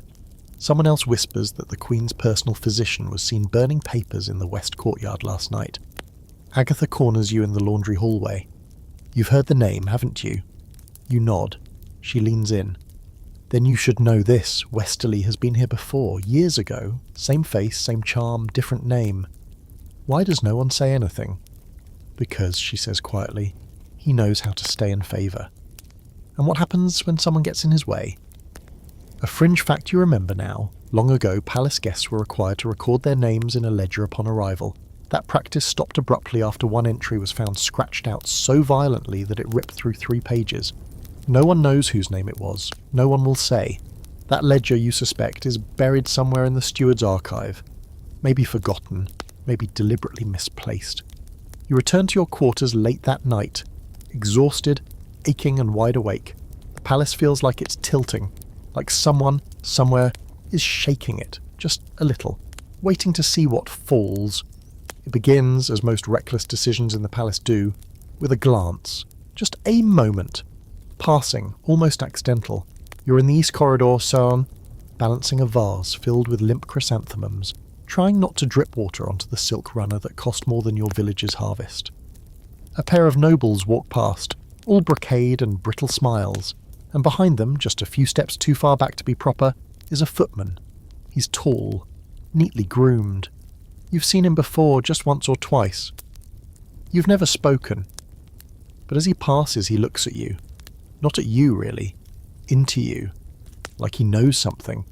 Like he wants you to know he knows something. You glance away instinctively. Then back. And just before he disappears around the corner, he does something stupid. He winks. And now it's there, seeded in your head like a loose thread on a royal sleeve. The what if, the maybe, the possibility. You tell yourself it's nothing. That he was probably winking at the housemaid behind you. That even if he wasn't, it doesn't matter. You've seen what happens when servants get involved with each other. Best case, someone gets reassigned to opposite wings. Worst case, dismissal, public shaming. A ruined reference and no chance of work elsewhere. Love, in the palace, is a liability. Still, later that evening, you find yourself in the scullery hallway a little longer than you need to be. Just in case he passes again. Just in case that look was meant for you. It was. Busy day, he says, casual, as though you're not in the middle of scrubbing soot off a candelabrum with a rag that smells like boiled socks. You glance up. Isn't it always? He leans against the doorframe, not crossing the threshold, smart. That would look like loitering. I saw you yesterday, he says, near the North Library. Your heart trips. You must be mistaken. No, he replies, smiling just enough to be dangerous. I rarely mistake faces. You straighten. Then you must mistake priorities. I'm working. Of course you are. He nods, backing away. But if you ever need help with something, I'm often in the west pantry after dark. He disappears before you can answer. It should stop there, but it doesn't. The palace is a hive of performance. Every corridor is a stage. But beneath the rituals and ribbons, there's a soft, secret undercurrent. Servants fall in love here, quietly, desperately, between firewood deliveries and linen folding. Between shifts and shadows, you hear stories. Everyone does. A housemaid and a footman who disappeared together after midnight. Rumour says they ran off to the coast, or maybe they were caught. Maybe they just ceased to be mentioned. You try to forget the wink, the smile, but the next time you cross paths, he slips a folded note into the pocket of your apron. You don't open it until you're alone in the linen room or hidden between stacks of pressed napkins and starched sheets. It says simply, "Do you ever wish you were somewhere else?" And beneath that, "Meet me, East Gardens, tonight." You don't go, not that night, but you think about it. You think about it while you mend socks and carry towels and fetch warm cider for a baron who refuses to use the bell like a normal person and instead shouts for service through the door like a lost goat. You think about it as your hands chap from cold water and your back aches and your name gets barked by people who don't even know it. The next night, you pour. The East Gardens are quiet Hosei, just beginning to bloom under the moonlight. Not many nobles come here. Too plain, not enough statues. You find him near the hedge maze, seated on the edge of a fountain, flicking droplets into the water like he has nowhere better to be. "You came," he says. You sit beside him, carefully, ready to flee if needed. "I shouldn't have." "Probably not." You watch the moon reflect in the water, a silver ripple framed by black leaves. He says nothing for a while, just lets the quiet hold you. Eventually he breaks it. "I saw you reading the ledger, behind the globe." Your breath catches. "You're not the only one who knows about it," he continues, "but you might be the only one who didn't mean to." "What is it? Evidence? Insurance? Threats? All of the above." And he shrugs. "Some of us collect things, not gold, not gowns, but power. You're part of it." He looks at you. His face is tired, not just from work, but from knowing too much. "I was. I'm not sure I still am." You shake your head. "This is madness. We're servants. We carry plates. We fold things. We don't matter." "We matter more than they think," he says softly, "because we see them when no one else does." You feel the pull between you then, not just attraction, but understanding. A shared frustration, a shared danger, a historical curiosity. Some royal households had underground courts of their own, secret gatherings of servants who mimicked the lords above. They held trials, passed judgments, carried out punishments, all beneath the surface. Some say it was satire. Others say it was survival, a way to reclaim control, however fleeting. The palace's servant halls have whispers of something similar. You've never seen it, but now, sitting here, you begin to believe it might be real. He leans closer. They're planning something. Westerly, the mirror. That girl you saw, she's not working alone. "And me?" you ask. "Why tell me any of this?" "Because," he says, "you're in it now. And I'd rather you weren't eaten alive." You both sit in silence after that, the kind that says too much. Eventually he stands. "I should go." You nod. As he walks away, he stops once. "Be careful. Not just with them, with us, with this." You don't sleep that night. You lie awake thinking about that first glance, the wink, the name in the ledger, the missing girl, the secrets curling around the palace like vines looking for a neck to squeeze. And you wonder, did you just make a connection or a mistake? The Queen's slipper is missing. Sounds like the start of a fairy tale, doesn't it? Something light, charming, whimsical, except there's nothing whimsical about a royal slipper gone rogue in a palace like this. It's not glass, it's not magical. It's embroidered silk imported from the east, lined with rabbit fur and stitched with thread finer than anything you've ever touched. And it's missing. That makes it a catastrophe. You first hear about it during morning linen duty, when a red-faced valet crashes into the laundry alcove shouting, "The Queen's slipper is gone!" Like he's just discovered the moon has vanished from the sky. A half-dozen maids nearly drop their basins. One actually does, spilling lavender-scented rinse water all over a basket of just-dried napkins. The story spreads like fire through dry thatch. By the time you reach the service hall, it's already been retold 10 different ways. The Queen woke to find one slipper missing from its stand. Only one, the left. The right was still perfectly in place. No servants reported moving it. The chambermaid insists she never touched it. The valet swears he laid them both out the night before, side by side like sleeping birds. But now, one bird has flown. The steward is furious. He paces through the corridors with the expression of a man ready to throw someone out a window. "A slipper," he says, voice tight with disbelief. "Of all things to lose, do you understand how symbolic it is? How humiliating it will be if it's not found? The Queen's foot cannot be seen bare, not even in rumour." A missing glove? Understandable. A mislaid pin? Forgivable. A missing slipper? It's practically treason. A full-scale servant search party is assembled. You're a part of the North Corridor team. Armed with a rag, a checklist and mounting dread, you begin the hunt. The first room you're sent to is the embroidery salon.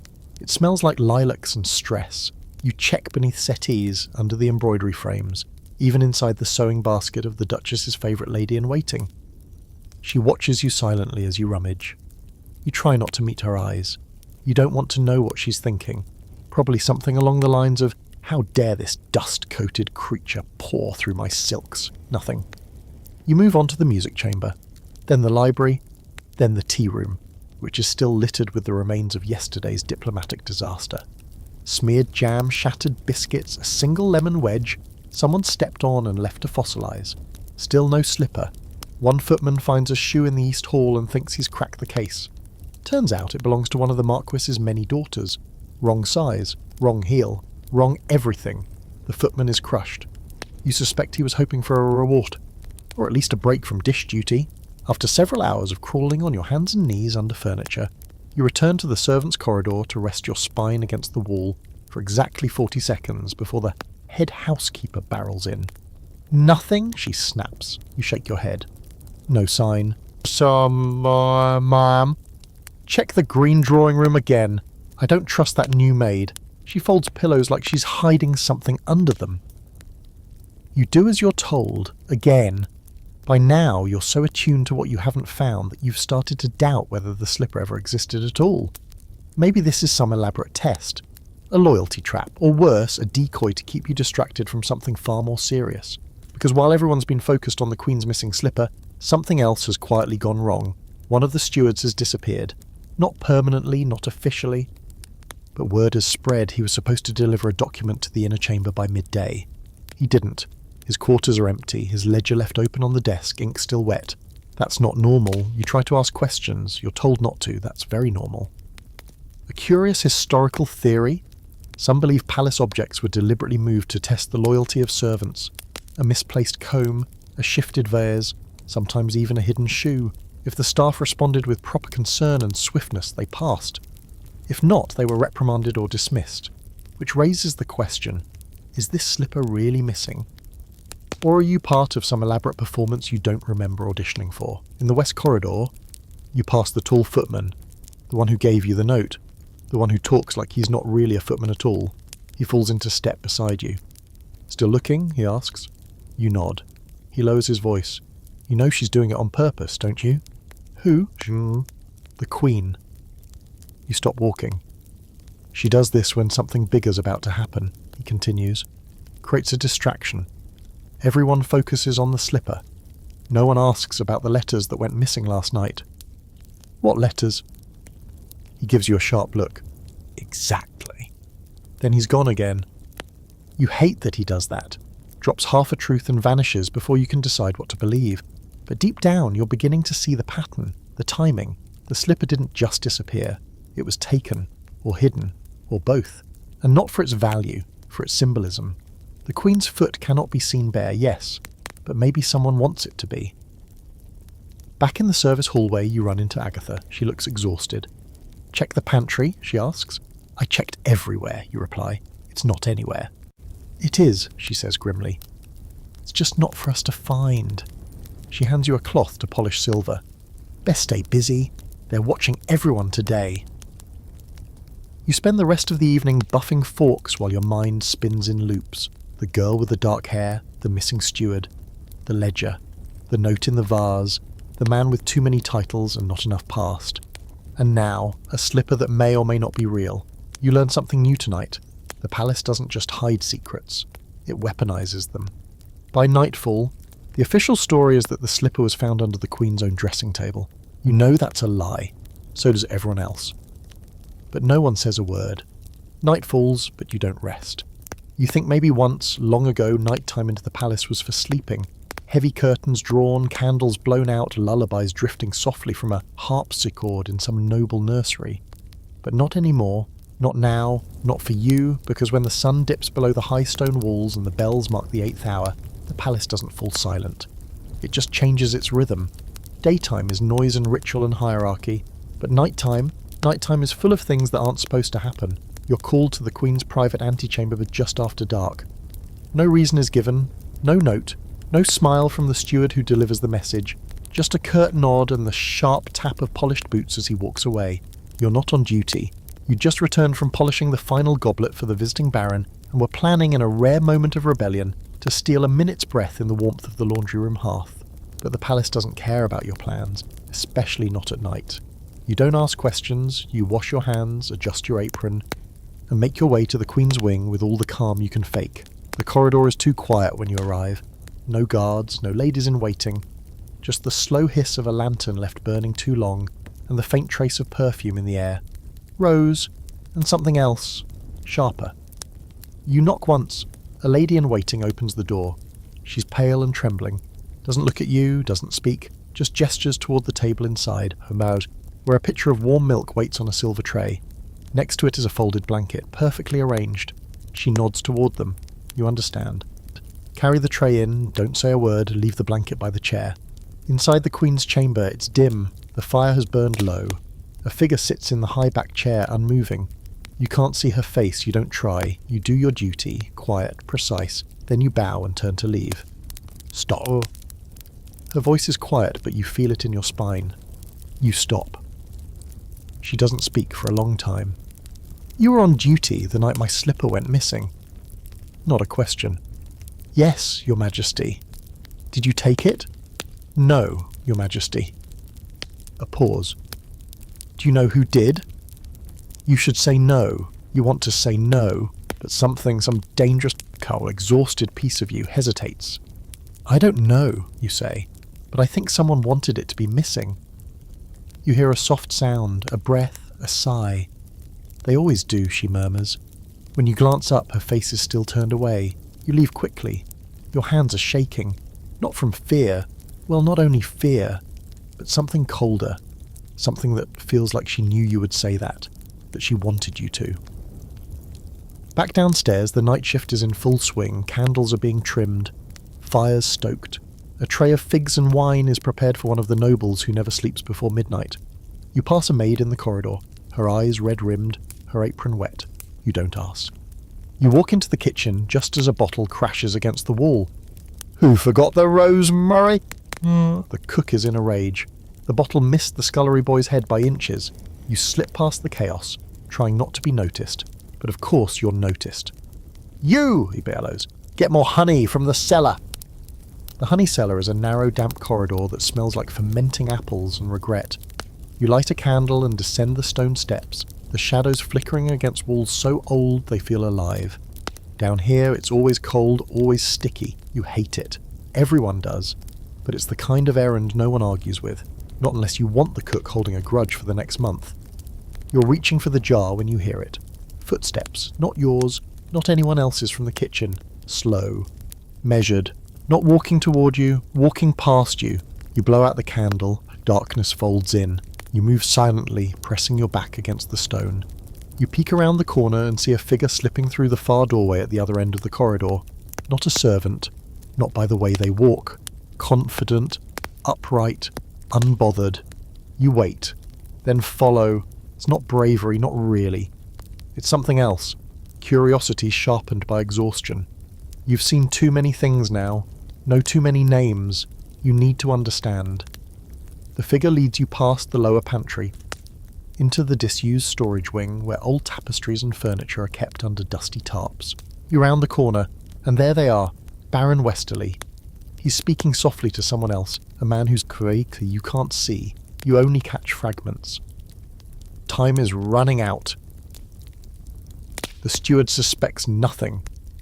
Midwinter will bring opportunity. Then a scroll changes hands, then they're gone. You don't follow this time, you stay frozen, breath held, heart pounding so loudly it echoes. When you return upstairs, the kitchen has gone quiet. Someone's crying in the corner, the cook is gone, you hand over the honey without a word. Later, when you finally stumble into your sleeping quarters, you find something resting on your thin blanket. A single candle and a match.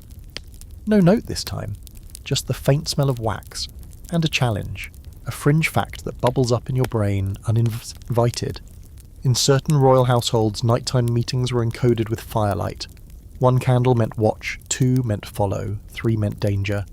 You stare at the single candle, you light it, and wait. Because rest is no longer an option, not when the palace never sleeps. There are no proper meals for servants. There are official meal times. Yes, strictly scheduled blocks when you're allowed to stop and consume something vaguely edible, but these often evaporate under the weight of unexpected demands, surprise inspections, or the simple misfortune of being near a noble who suddenly realises they want a lemon tart right now. You've gone days living off crusts, cold broth, and the occasional dried plum smuggled in a pocket like contraband, and tonight, as your stomach gnaws itself with quiet rage, you are lost. There is only one option left. Steal, not grand larceny, Not anything that would get your name whispered in scandalous corners, just a bite, a scrap, a mouthful of something rich and forbidden and ideally still warm. You don't plan it, you don't scheme, it's instinct, animal need. You're clearing away the silver from the ambassador's post-opera supper, a table set for 6, enough food for 20, and there in the middle of a polished silver tray sits a tart. Golden crust, sticky sweet fruit, one slice removed, a sliver of syrup still clinging to the server. And no one's looking, so you take it, quick, clean. You slip it into a handkerchief and tuck it beneath your apron as you return to the servant's stairwell. You don't eat it right away, that would be dangerous. Instead, you hold it like a precious secret, warmth bleeding into your fingers. You imagine biting into it, the buttery crumble, the burst of sweetness, the rush of guilt, but you're not alone. Halfway down the stairwell, you nearly collide with a kitchen girl, barefoot, wild-eyed, and gripping a pitcher of wine like it's her firstborn. "You didn't see me," she says, breathless. You blink, then nod. She disappears upward. You descend in silence and find a spot beneath the stairs, your usual hiding place.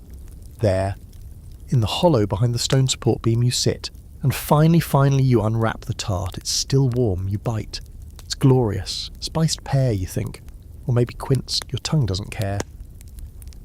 All it knows is that this is the richest thing you've tasted in months.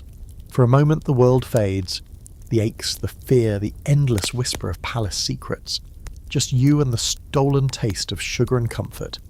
Then you hear it. A voice. Close. She took it from the ambassador's tray. You freeze. Not at you, not about you, but near you. 2 maids, voices hushed, passing above. "Marjorie swore she saw her. A footman dared her." "You're joking. Swear on the Queen's candle, and now she's gone. Dismissed." "Gone where?"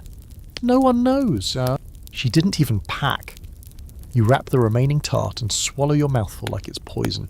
This place, this palace, is devouring people. They vanish one by one. For a comment, a look, a joke overheard, a slipper misplaced, a tart stolen. You swallow again. Harder this time. A historical tidbit slips into your mind like an uninvited guest. In one particular court, under an especially paranoid king, servants were tested with deliberate temptations. Coins left on floors, rings dropped beside wash basins, sweets placed just barely within reach.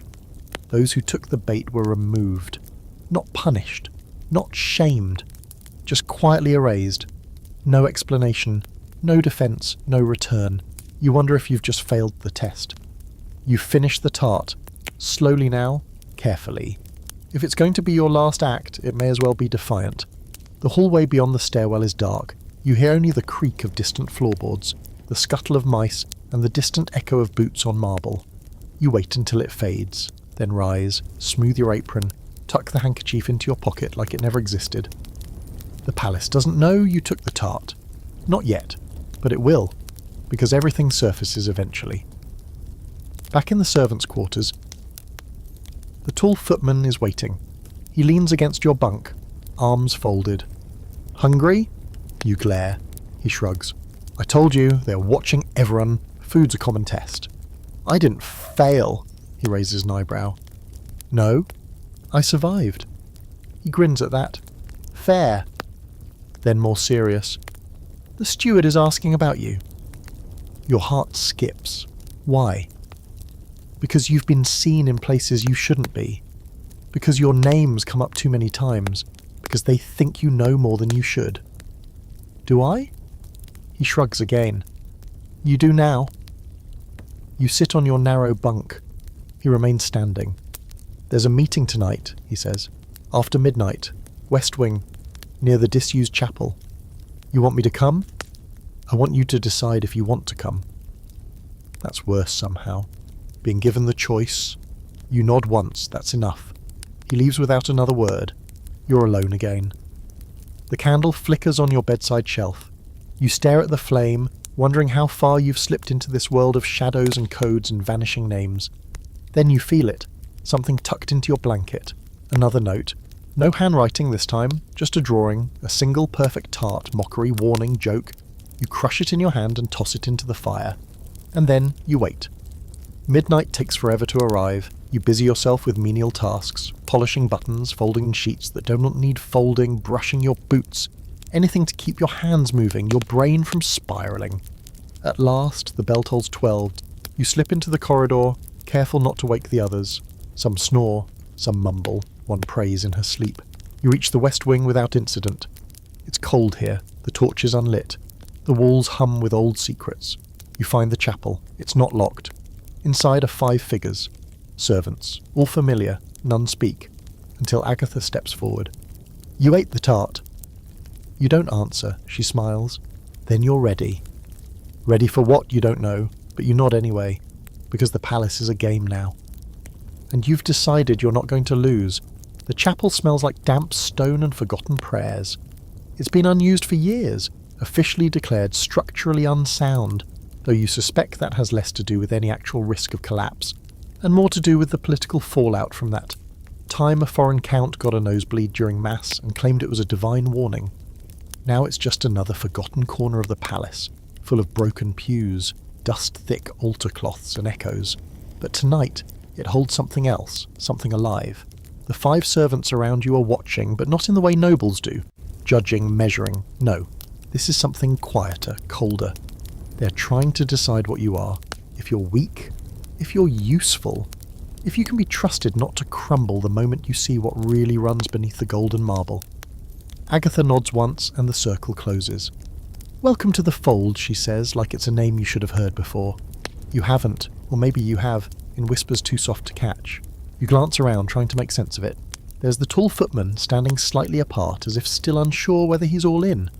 A chambermaid you vaguely recognise from the Queen's wing, her hair pulled back tight, eyes like knives.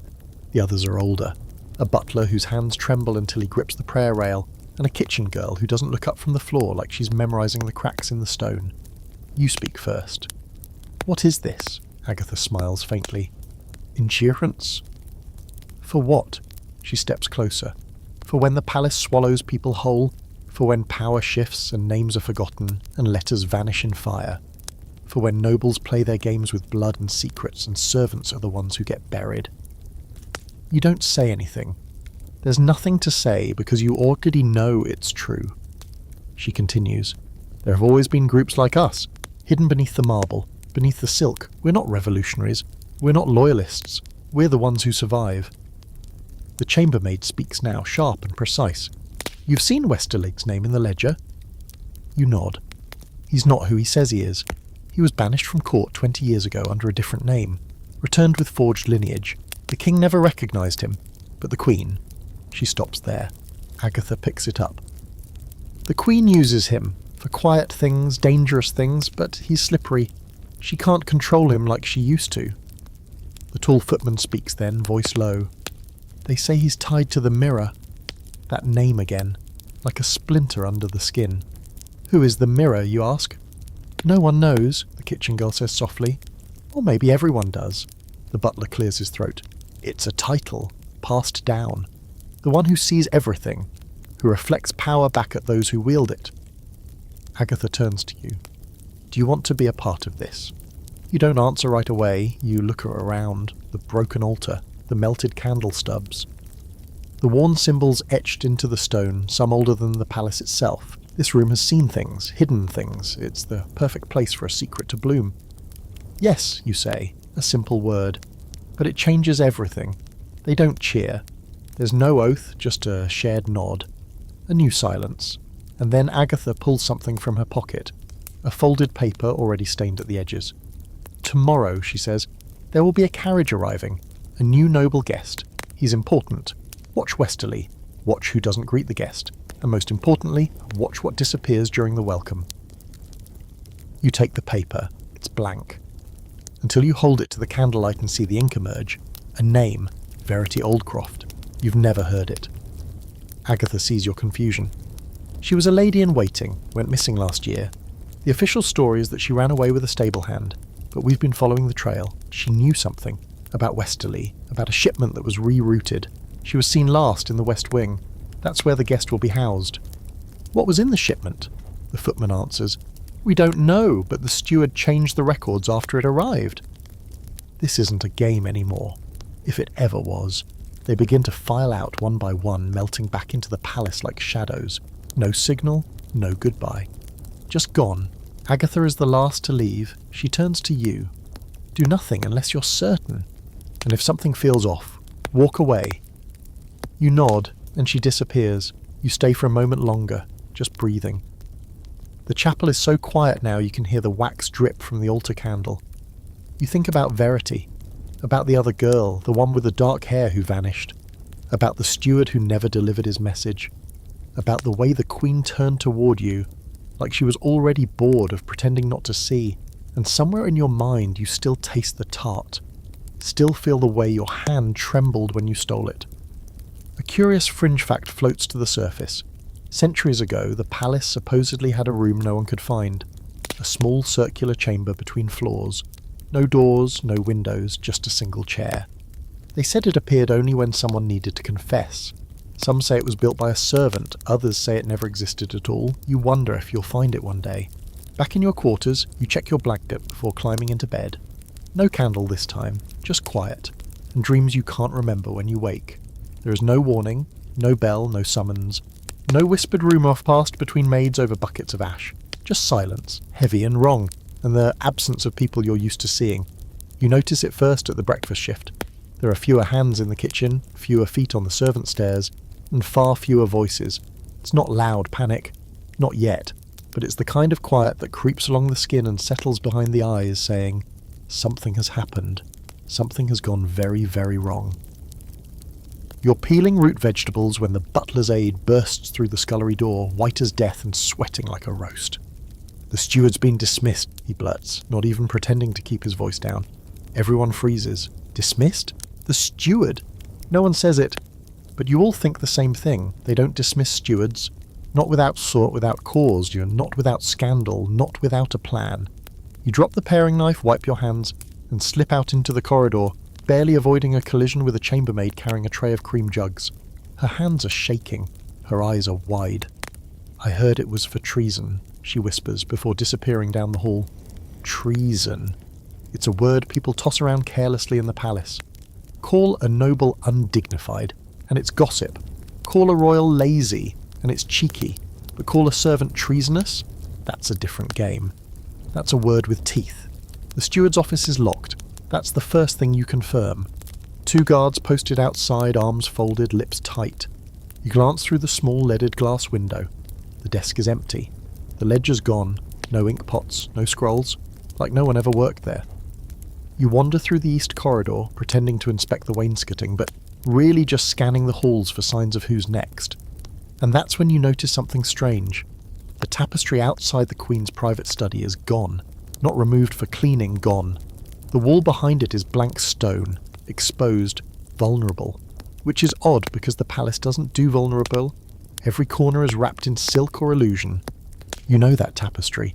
You passed it every day on firewood duty last winter, woven with the crest of the old royal house, long since extinct. It was a leftover, barely noticed, until now. Until someone decided it shouldn't be seen. Your stomach twists. Back in the servants' quarters, people are whispering, heads close, hands clenched. There's tension in the air like thunder pressing on your ears. And then, late that afternoon, the punishment bell rings. It tolls 3 times. Loud, slow, final. It hasn't rung in weeks. Not since the incident with the dog and the Duchess's silk curtains. And even then, it was only once. 3 means something else. Everyone stops moving. You follow the sound through the lower halls until you reach the north courtyard. The punishment is private-y, but public enough. You see a crowd already gathered. Only staff. No nobles.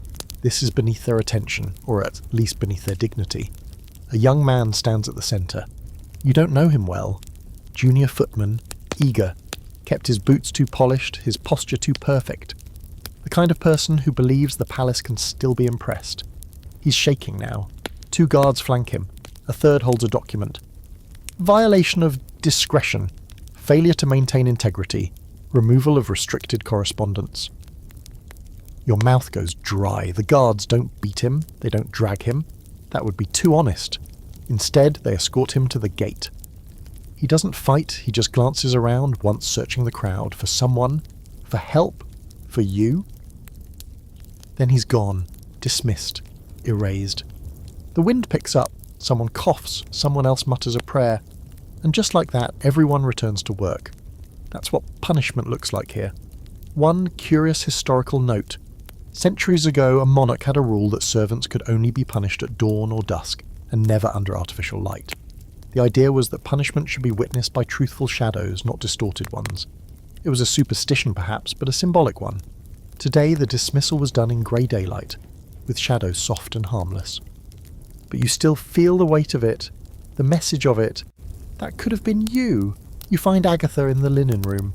"They are cleaning house," she says before you can even ask. Why? Because someone's gotten too close to something important, and instead of removing the danger, they're removing anyone who might have seen it. You sit on a bench beside a pile of towels at the steward. "Gone," she confirms. "No pension, no ceremony. One day he was ordering the wine lists, the next his name's been painted over on the duty ledger." You look around. The linen room has never felt colder, or smaller. And the mirror, you ask? Her eyes meet yours. Still watching. That night everything feels sharper. You polish silver too fast and nick your finger. You serve wine with hands that tremble. You make eye contact with a noble and flinch when he scowls. You try to keep your head down, but it feels like your name has already been whispered in rooms you've never even entered. And then, just before lights out, someone slips a card beneath your bunk. Plain parchment. No message, just a single pressed flower. A forget-me-not. You don't sleep. You lie awake, staring at the stone ceiling, thinking about what the flower means. Memory, loyalty, something lost, and someone watching. Morning arrives with too much sun and not enough answers. It's the kind of bright golden light that makes nobles open windows and sigh about the weather, while servants squint, sweat and scrub harder to make sure nothing looks less than immaculate in the natural light. The courtyards fill with chatter. Musicians are summoned. 2 swans are released into the reflecting pool for ambience. It's all meant to look effortless, spontaneous, serene. You know better, because beneath the warm air and laughter you feel it. Tension threaded through every smile. Everyone's pretending. The nobles pretend they don't feel the shift in the palace's mood. The stewards pretend they haven't had 3 of their own vanish in a single week. And the servants? The servants pretend they're not being watched. But they are. You are. Agatha corners you in the corridor near the east scullery. She doesn't waste time. There's a key missing. You blink. A key? One of the master set. To the blue wing. You frown. That wing's been closed since winter. Exactly, she says. You both know what that means. When a part of the palace is closed, it's sealed, secured behind brass locks and woven lies. Usually it's for renovations or privacy, or, as in the case of the Blue Wing, something no one discusses.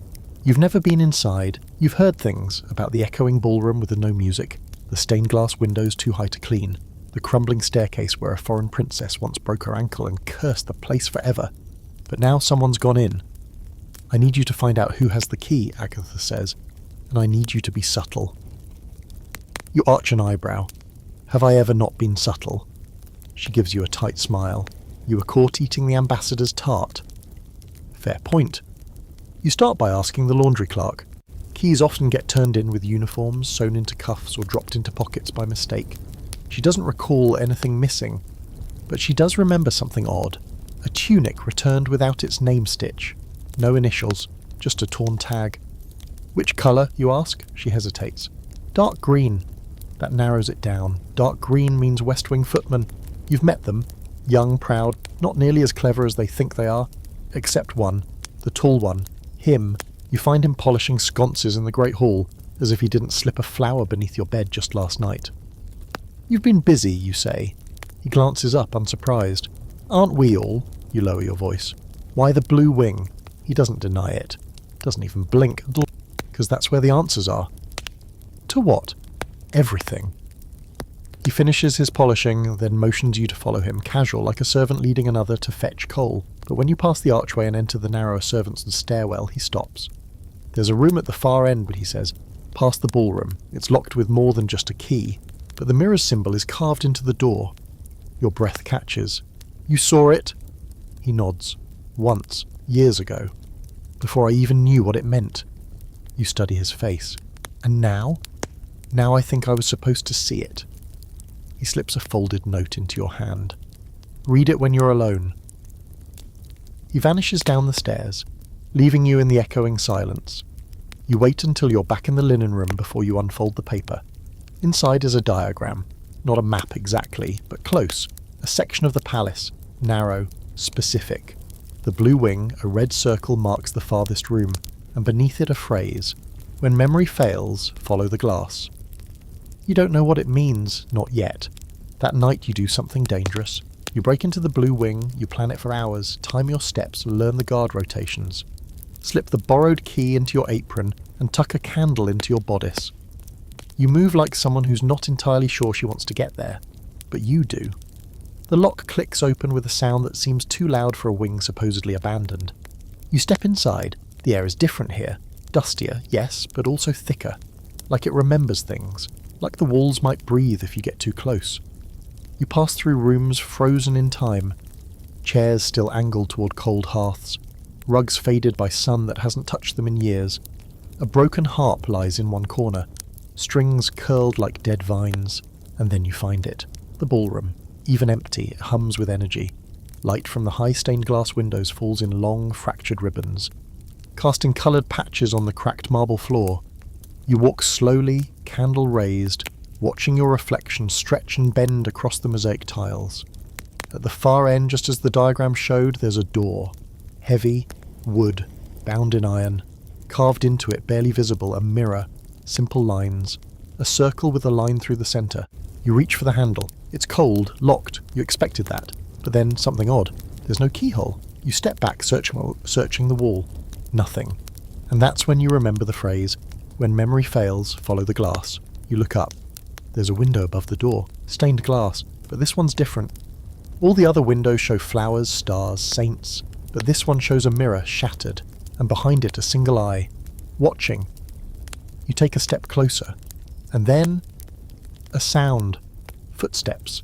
Someone else is here. You blow out your candle and press yourself against the wall. The door doesn't open, but a whisper floats through the air. Your name. Just once. And then silence.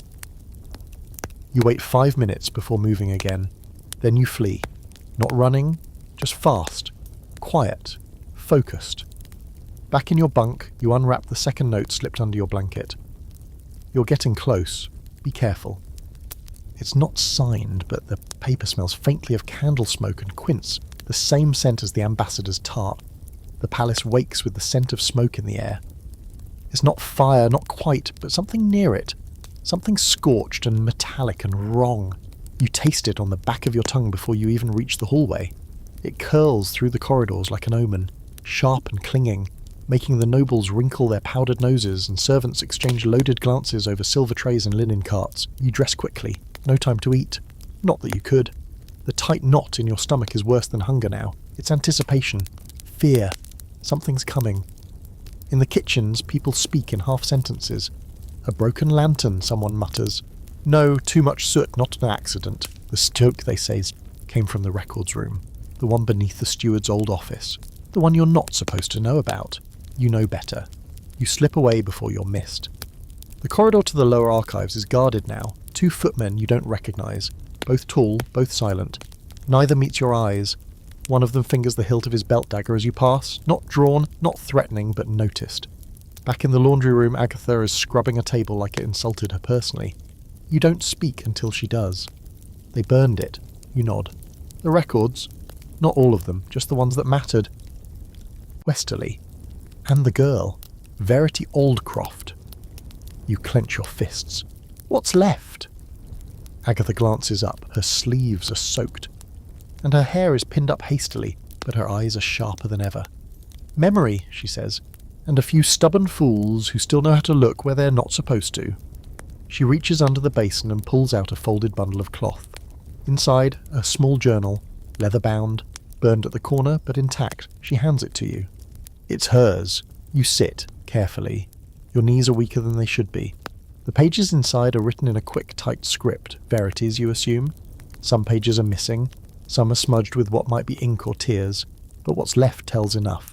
Meetings, names, patterns. References to the mirror. References to Westerly, his movements, his correspondences. his late-night visits to the Blue Wing, and one repeating symbol scrawled in the margins again and again. A cracked mirror. A single eye. It's the same as the stained glass window above the Blue Wing door. There's one final page, not dated, just a sentence in careful, deliberate ink.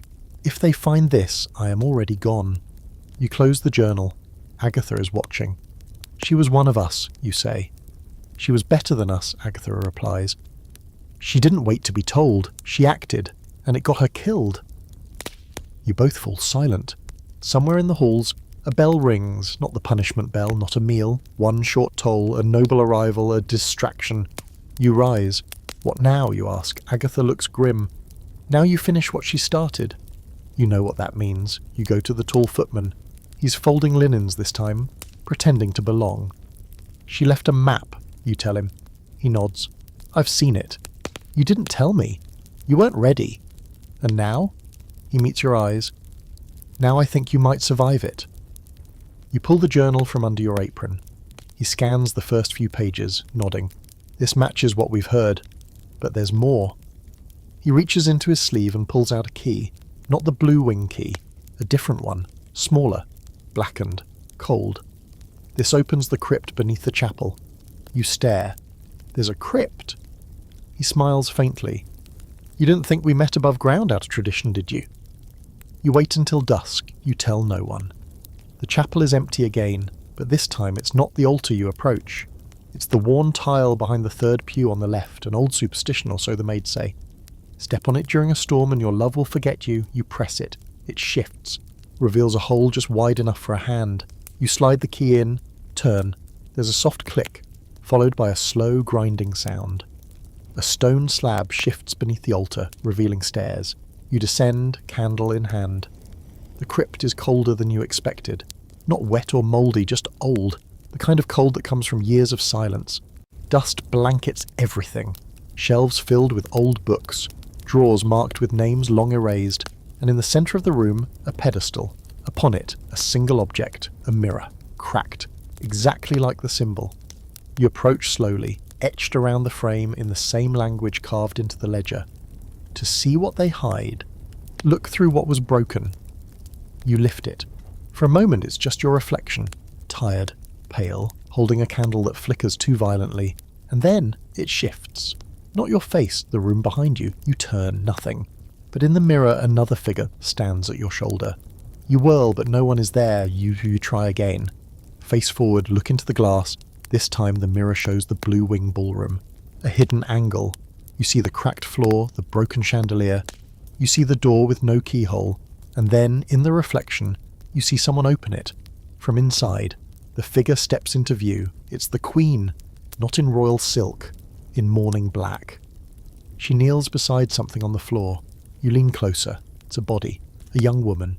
You recognise the face from the journal's final page. Verity. The Queen lifts a locket from the woman's neck, closes it, stands, walks away. And then the mirror darkens. Your hand shakes. You place it back on the pedestal, leave the crypt. Carefully, quietly, your world has changed. You saw the Queen, you saw Verity, and now? Now you know the truth isn't hidden, it's buried, and you're the only one still digging. The sky looks different the next morning, grey and too still, like the palace itself has paused, holding its breath. A heavy stillness presses down on the gardens, the marble, even the nobles' carefully curled wigs. They call it a day of repose, some formal observance for a long-dead monarch, but everyone knows better. It's not about the past, it's about whatever's about to happen. You walk slower, not because you're tired, although you are, not because you're cautious, though you've never been more so. No, you walk slow because the world feels like it's teetering and something in you knows, the moment you speed up, the whole place might tip. Last night, you saw a dead girl in a secret room. You saw the Queen kneel at her side. You saw that mirror, a thing meant to reflect, but now revealing what was never meant to be seen. You told no one. You haven't even told Agatha. Not yet. Some secrets take time to stretch inside your mind, to sit in the dark and wait for the right moment. And this one is bigger than anything you've held before. You spend the morning assisting with guest chamber resets. Someone's arriving today again. The palace never stops inviting more mouths to feed, more boots to shine. You try to move with purpose, like someone who doesn't have a truth hidden behind their ribs, threatening to rattle out every time they breathe. At mid-morning, you find the tall footman folding napkins in the second-floor dining hall. You wait until you're alone, then you speak. "I saw her." He glances up. "Who?" "Verity. In the mirror. The real one." He stiffens, hand pausing mid-fold. "Alive?" "Dead. Queen found her. Took something from her neck. A locket." He exhales slowly. "That's not in the journal." "No." He sets down the napkin, turns fully toward you. "Then it was never meant to be written. Which means whatever was inside that locket, that's what she died for." And suddenly it all makes sense. Not the politics, not the rumours, not the palace's usual pettiness, but the violence, the disappearances, the fear that's bled through the wallpaper like damp. It was never about gossip, or favours, or even the mirror. It was about whatever's in that locket. You both stand in silence. Then he says something you never expected. "We can't stop this." Your stomach sinks. "What?" "We can't stop her. The Queen. She's too careful. We could scream the truth from the tower and no one would believe us. They'd just polish the stairs afterward." "Then why are we still playing?" "Because sometimes you don't play to win," he says. "Sometimes you play to make sure someone else remembers the rules." You don't answer. You just walk. That afternoon, the Queen calls for fresh flowers. Tnits, not her ladies. You. You're summoned to her study. You've never been alone with her in daylight before. Her presence is sharp, like cold metal or a note held just too long on a violin. She doesn't look up as you enter, just gestures to the empty vase beside her. You place the peonies, carefully, quietly. Your hands do what they're supposed to. Then she speaks. "I had a maid once," she says. "Long before you. Clever girl, too clever." You say nothing. She thought she could uncover things. She thought no one saw her moving between rooms. You don't breathe. I let her play her game. For a while, it amused me. Still, you say nothing. She finally looks at you. "She left suddenly," she says. You meet her gaze. "Did she?" A pause, then a smile, small, razor thin. "You may go." You bow and walk out, heart pounding, like a war drum inside your chest. Outside, Agatha is waiting. "Where have you been?" she asks. "I need to see the ledger." She frowns. "The one in the archive?" "No," you say. "The old one, the original, the first guest's book." She hesitates. "That's sealed." "Then help me unseal it." The palace's original guest book is kept in a locked cabinet in the West Library, behind a false panel in the wainscoting, beneath a shelf of books no one has read in decades. You know this because Agatha once cleaned there during spring inspection and saw the steward stash a ring of keys he swore had been lost. You return to the library after dark using the passcode passed down from maid to maid. 3 taps on the cabinet, pause, then 2. The panel slides open. The book is there, heavy, dull brown leather. So old it smells like dust and secrets. You open it with gloved hands, every guest ever recorded.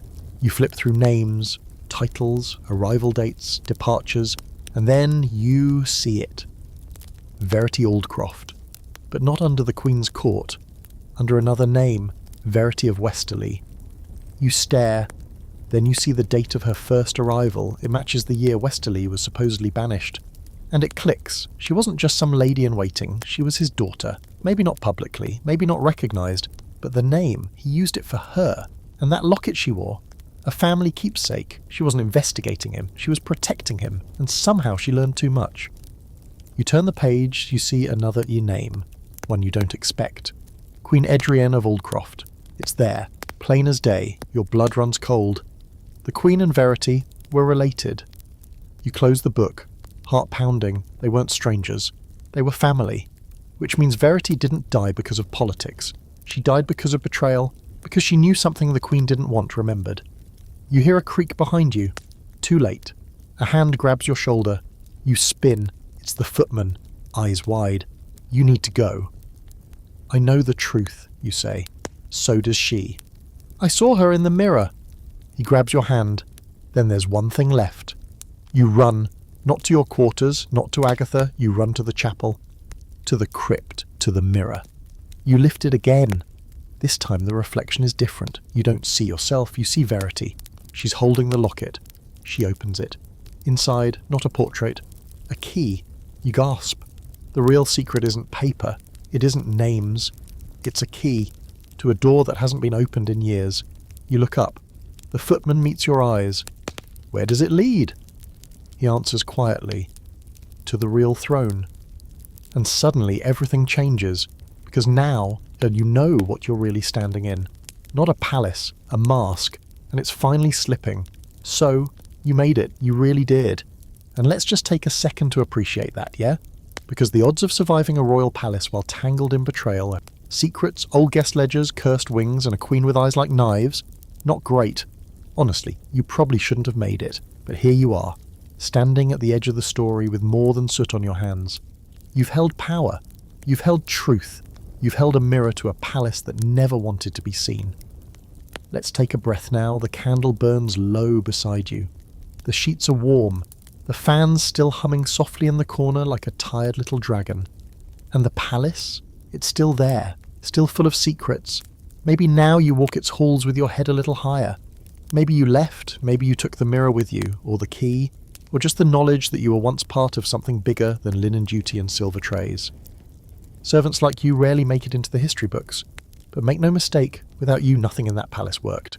Not the fires, not the gowns, not the power plays, and certainly not the lies. So yeah, you mattered. Now let the lights dim behind your eyes, let the halls grow quiet, let the marble fade into mist. The mirror has turned away, the queen is just a shadow now. And you rest, because no matter what's behind the next door, you already made it through this one.